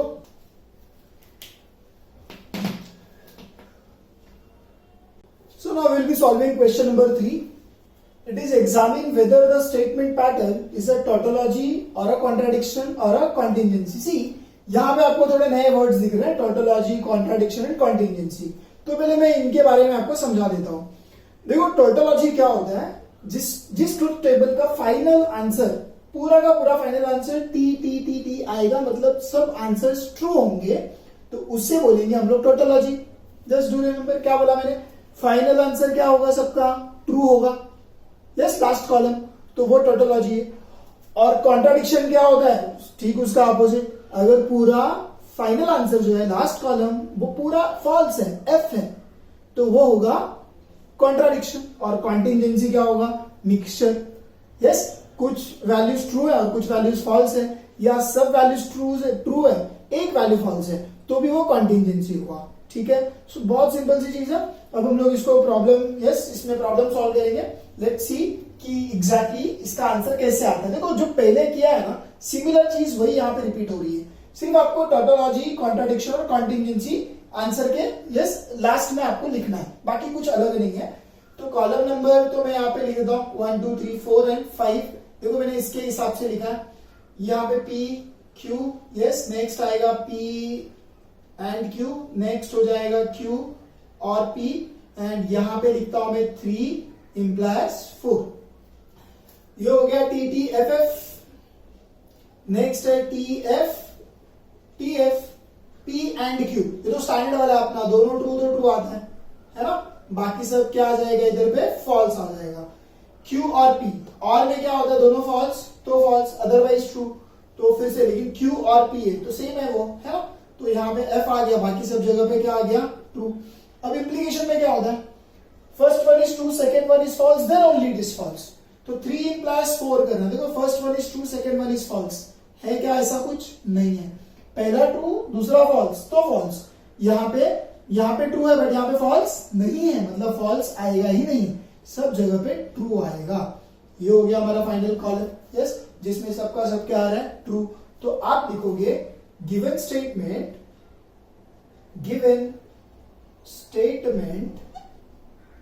इज अ टोटोलॉजी, ऐसा आपको लिखना है, ठीक है। बहुत सिंपल है ये, इसमें डिफिकल्टी नहीं होनी चाहिए, ये हमारा टोटोलॉजी है। अब नेक्स्ट जो प्रॉब्लम है दैट इज क्वेश्चन नंबर 6 कर रहा हूं मैं सीधा। देखो सेकेंड, थर्ड, फोर्थ, ये सारे क्वेश्चन सेम वही रिपीट हो रही है, सिर्फ फाइनल जो कॉलम है वही चेंज हो रहा है ना, उसके हिसाब से आपको कंक्लूजन लिखना है। तो आई एम रिकमेंडिंग कि आप एक बार पूरा प्रॉब्लम सॉल्व कर लो, और आपको कुछ दिक्कत आ रही है, प्रॉब्लम आ रही है, तो आप कमेंट में लिखिए। एक काम कर सकते हो, जितने भी क्वेश्चंस आप सॉल्व करो, for example second problem solve किया, उसका आंसर टोटोलॉजी आया, तो आप कमेंट में लिखिए सेकंड डैश टोटोलॉजी, और ये कब लिख पाओगे आप, जब आप सॉल्व करोगे, ठीक है। सो मीनवाइल मैं भी आपको क्वेश्चन नंबर 6 सिखा देता हूं। सी इसमें कॉलम नंबर सबसे हेड में क्या आ जाएगा, दैट इज 1 2 3 4 5 एंड 6। यहां पे आ जाएगा पी क्यू, और फिर देखो निगेशन यहाँ पे स्टेटमेंट है, राइट, निगेशन पी नहीं है, निगेशन क्यू है, तो निगेशन क्यू लिख दिया। नेक्स्ट आएगा पी डबल इंप्लीकेशन क्यू, तो पी लिखा डबल इंप्लीकेशन क्यू। नेक्स्ट आएगा P double, yes P implies negation Q, तो P implies negation Q, P implies, चलो मैं 3 लिख देता हूं, है ना। फिर लास्ट में क्या आ जाएगा, दिस इसके साथ एंड है क्या, पी डबल इंप्लीकेशन की। देखो 4 और 5 के बीच में एंड है, तो 4 एंड 5, यस वो 6th कॉलम में आएगा। अच्छा इधर मैंने एक कॉलम शायद कम बनाया, तो एक और कॉलम यहाँ पे ऐड कर देता हूं। So I add one more column here, yes sorry row, तो वो यस मैं यहाँ पे ऐसा ऐड कर दिया तो कंप्लीट हो जाएगा वो। और नेक्स्ट अब यहाँ पे क्या, T T F F T F T F, यहाँ पे निगेशन ऑफ क्यू लिखना है, मतलब एफ हो गया, ये टी, यहाँ पे एफ और फिर टी आ गया, पी डबल इंप्लीकेशन क्यू। तो इसमें तो क्या होता है, यहाँ पे ट्रू आता है, लास्ट वाला ट्रू आता है, बीच में क्या आ जाएगा, फॉल्स आ जाएगा। पी इंप्लाइज 3 करना है, देखो पी यहाँ पे 3 यहाँ पे, तो ट्रू फॉल्स है ना, ट्रू फॉल्स तो फॉल्स, और ट्रू यहाँ पे देखो, यहाँ पे भी क्या है, फॉल्स है क्या, नहीं है, तो इसके हिसाब से क्या आ जाएगा, बाकी का सब ट्रू आ जाएगा। अब 6th कॉलम जो है वो क्या करना है, 4 और 5 के बीच में एंड करना है, मतलब दोनों ट्रू तो ट्रू, दोनों ट्रू देखो ये कहां पे, यस यहाँ पे दोनों ट्रू, तो ये ट्रू हो गया, बाकी है क्या, दोनों ट्रू कहीं पे नहीं है, तो बाकी सबका आंसर क्या आ जाएगा, फॉल्स। तो इसका फाइनल आंसर क्या लिखेंगे हम लोग, दिस इज कॉन्टिजेंसी। क्या आएगा उसका answer, final answer, given statement is contingency. तो इस तरीके से हम उसको लिख सकते हैं, ठीक है। अब नेक्स्ट क्वेश्चन नंबर 10। सो इसमें भी सबसे टॉप में हम लोग 1 2 3 4 5 6 7 8 9 10, आई गेस ये सबसे लेंथी प्रॉब्लम है अभी तक जितने भी किए हैं उन सब में। अभी इसमें स्टेटमेंट पैटर्न है, उसके हिसाब से मैंने कॉलम लिखा है। देखो यहाँ पे क्या लिख रहा हूँ, पी लिख रहा हूँ, क्यू लिख रहा हूँ, ये इसमें आर भी है, दैट इज द रीजन इसका जो टेबल है वो यस थोड़ा ज्यादा लेंथी है। यहाँ पे आर लिख दिया, आर के बाद अब नेक्स्ट क्या है, सो दैट इज निगेशन, देखो कौन सा वाला है, तो एक निगेशन यहाँ पे दिख रहा है, निगेशन क्यू। अब आप देखो निगेशन पी कहीं पे नहीं है, ये जो निगेशन है ब्रैकेट के लिए, इंडिविजुअल निगेशन नहीं है, तो और निगेशन दूसरा कोई निगेशन लिखने का जरूरत यहाँ पे नहीं पड़ेगा। अब 5th कॉलम में आएगा निगेशन क्यू और आर लिखते हैं, तो मतलब 4 के साथ और करता हूं, आर लिखता हूं, ठीक है। 6th कॉलम में क्या लिखता हूं, P इंप्लाइज दिस, मतलब P इंप्लाइज 5 कर देता हूं, ये हो गया इस डबल इंप्लीकेशन के पहले का स्टेटमेंट यहाँ पे आ गया। अब वहां वाला लिखते हैं, तो Q इंप्लाइज R, ये हो गया Q इंप्लाइज R। नेक्स्ट आ जाएगा P इंप्लाइज 7, ठीक है। अब P इंप्लाइज 7 तक हो गया है, अब ये P इंप्लाइज 7 तक जो हुआ है, अब उसका निगेशन यहां पे आ जाएगा, सो this is nothing but negation 8। सो इसमें क्या आ जाएगा, T T T T F F F F, है ना, 4 times true and 4 times false, फिर 2 टाइम्स ट्रू 2 टाइम्स फॉल्स, ठीक है। तो ये बहुत रिपीटेड चीज है जो हम बार बार करते आ रहे हैं। फिर T F T F T F T F, negation क्यों करना है, तो यहाँ पे हो गया F F T S T, यहाँ पे आ गया एफ एफ, ये हो गया टी टी। 4 और आर, देखो 4 ये वाला स्टेटमेंट है और आर करना है, मतलब इसमें क्या होगा, दोनों फॉल्स तो फॉल्स आता है, देखो दोनों फॉल्स यहाँ पे है और कहीं पे दोनों फॉल्स है, यस यहाँ पे, तो ये आ गया एफ, और कहीं पे है क्या, नहीं है, तो बाकी सारे यस कॉलम सॉरी बाकी सारे बॉक्सेस में क्या आ जाएगा, ट्रू आ जाएगा, तो वो लिख दिया। नेक्स्ट P प्लस 5 करना है, मतलब P और 5, यस P इंप्लाइज 5, मतलब यहाँ पे ट्रू और यहाँ पे फॉल्स चेक करना है, तो फर्स्ट वाला ट्रू सेकंड वाला फॉल्स, देखो ये यहाँ पे दिख रहा है, ठीक है ना, फर्स्ट ट्रू सेकंड फॉल्स, और कहीं पे दिख रहा है क्या, देखो नहीं दिख रहा है। अब बाकी सारे आंसर्स क्या आ जाएंगे, ट्रू आ जाएंगे। लास्ट यस नेक्स्ट कॉलम में क्या आएगा, that is Q implies R, मतलब Q और R के बीच में इंप्लीफिकेशन चेक करना है, तो उसके लिए इंप्लीफिकेशन में फिर से सेम है, ट्रू फॉल्स, तो उसका आंसर आता है फॉल्स। देखो और कहीं पे ट्रू, यस यहाँ पे देखो यहाँ पे ट्रू फॉल्स, तो यहाँ पे फॉल्स आएगा, और कहीं पे दिख रहा है क्या, नहीं दिख रहा है, तो बाकी सब आंसर क्या आ जाएंगे, अब ट्रू आ जाएंगे। नेक्स्ट P इंप्लाइज 7 करना है, तो P के बाद दिस इंप्लाइज 7 है ना, तो P इंप्लाइज 7 में फिर से ट्रू फॉल्स है क्या, यस यहाँ पे दिख रहा है, तो ये आ गया फॉल्स, ट्रू फॉल्स, और कहीं पे दिख रहा है, नहीं दिख रहा है, तो बाकी सब आंसर क्या आ जाएगा, ट्रू आ जाएगा। अब लास्ट वाला जो दिख रहा है निगेशन, यस 8 करना है, इसका मतलब यहाँ पे F आ गया, ये T F F F F F and F. So the last column जो है उसमें क्या लिखना चाहिए हम लोग को, उसमें लिखना चाहिए, देखो P implies negation Q और R दिख रहा है, so this is nothing but P implies, yes that is ये वाला है ना, सिक्स्थ कॉलम, तो ये आ जाएगा सिक्स्थ एंड डबल इंप्लीकेशन इसके साथ होगा क्या, 9 है ना, 9 में ही हम लोग ने निगेशन ऑफ 8 निकाला था, मतलब वो 9th कॉलम है, तो यहाँ पे 6 डबल इंप्लीकेशन क्या आ जाएगा, 9। अब 6 और 9th कॉलम के बीच में डबल इंप्लीकेशन देखना, और डबल इंप्लीकेशन में तो क्या होता है, दोनों सेम रहता है तो ट्रू आता है। तो अब चेक कर लेते हैं 6 और 9 में दोनों सेम कहां पे है, देखो दोनों सेम है क्या कहीं पे, let us check it out, तो दोनों सेम कहीं पे भी नहीं है, इसके लिए इसका फाइनल आंसर में क्या आएगा, सब जगह पे फॉल्स आएगा। तो ये अगर फाइनल कॉलम फॉल्स है तो क्या होगा, इसका मतलब ये प्रॉब्लम, इट इज कॉन्ट्राडिक्शन। तो हम लोग लिख सकते हैं given statement is a contradiction. उसके पीछे रीजन क्या है, because last column is what, false.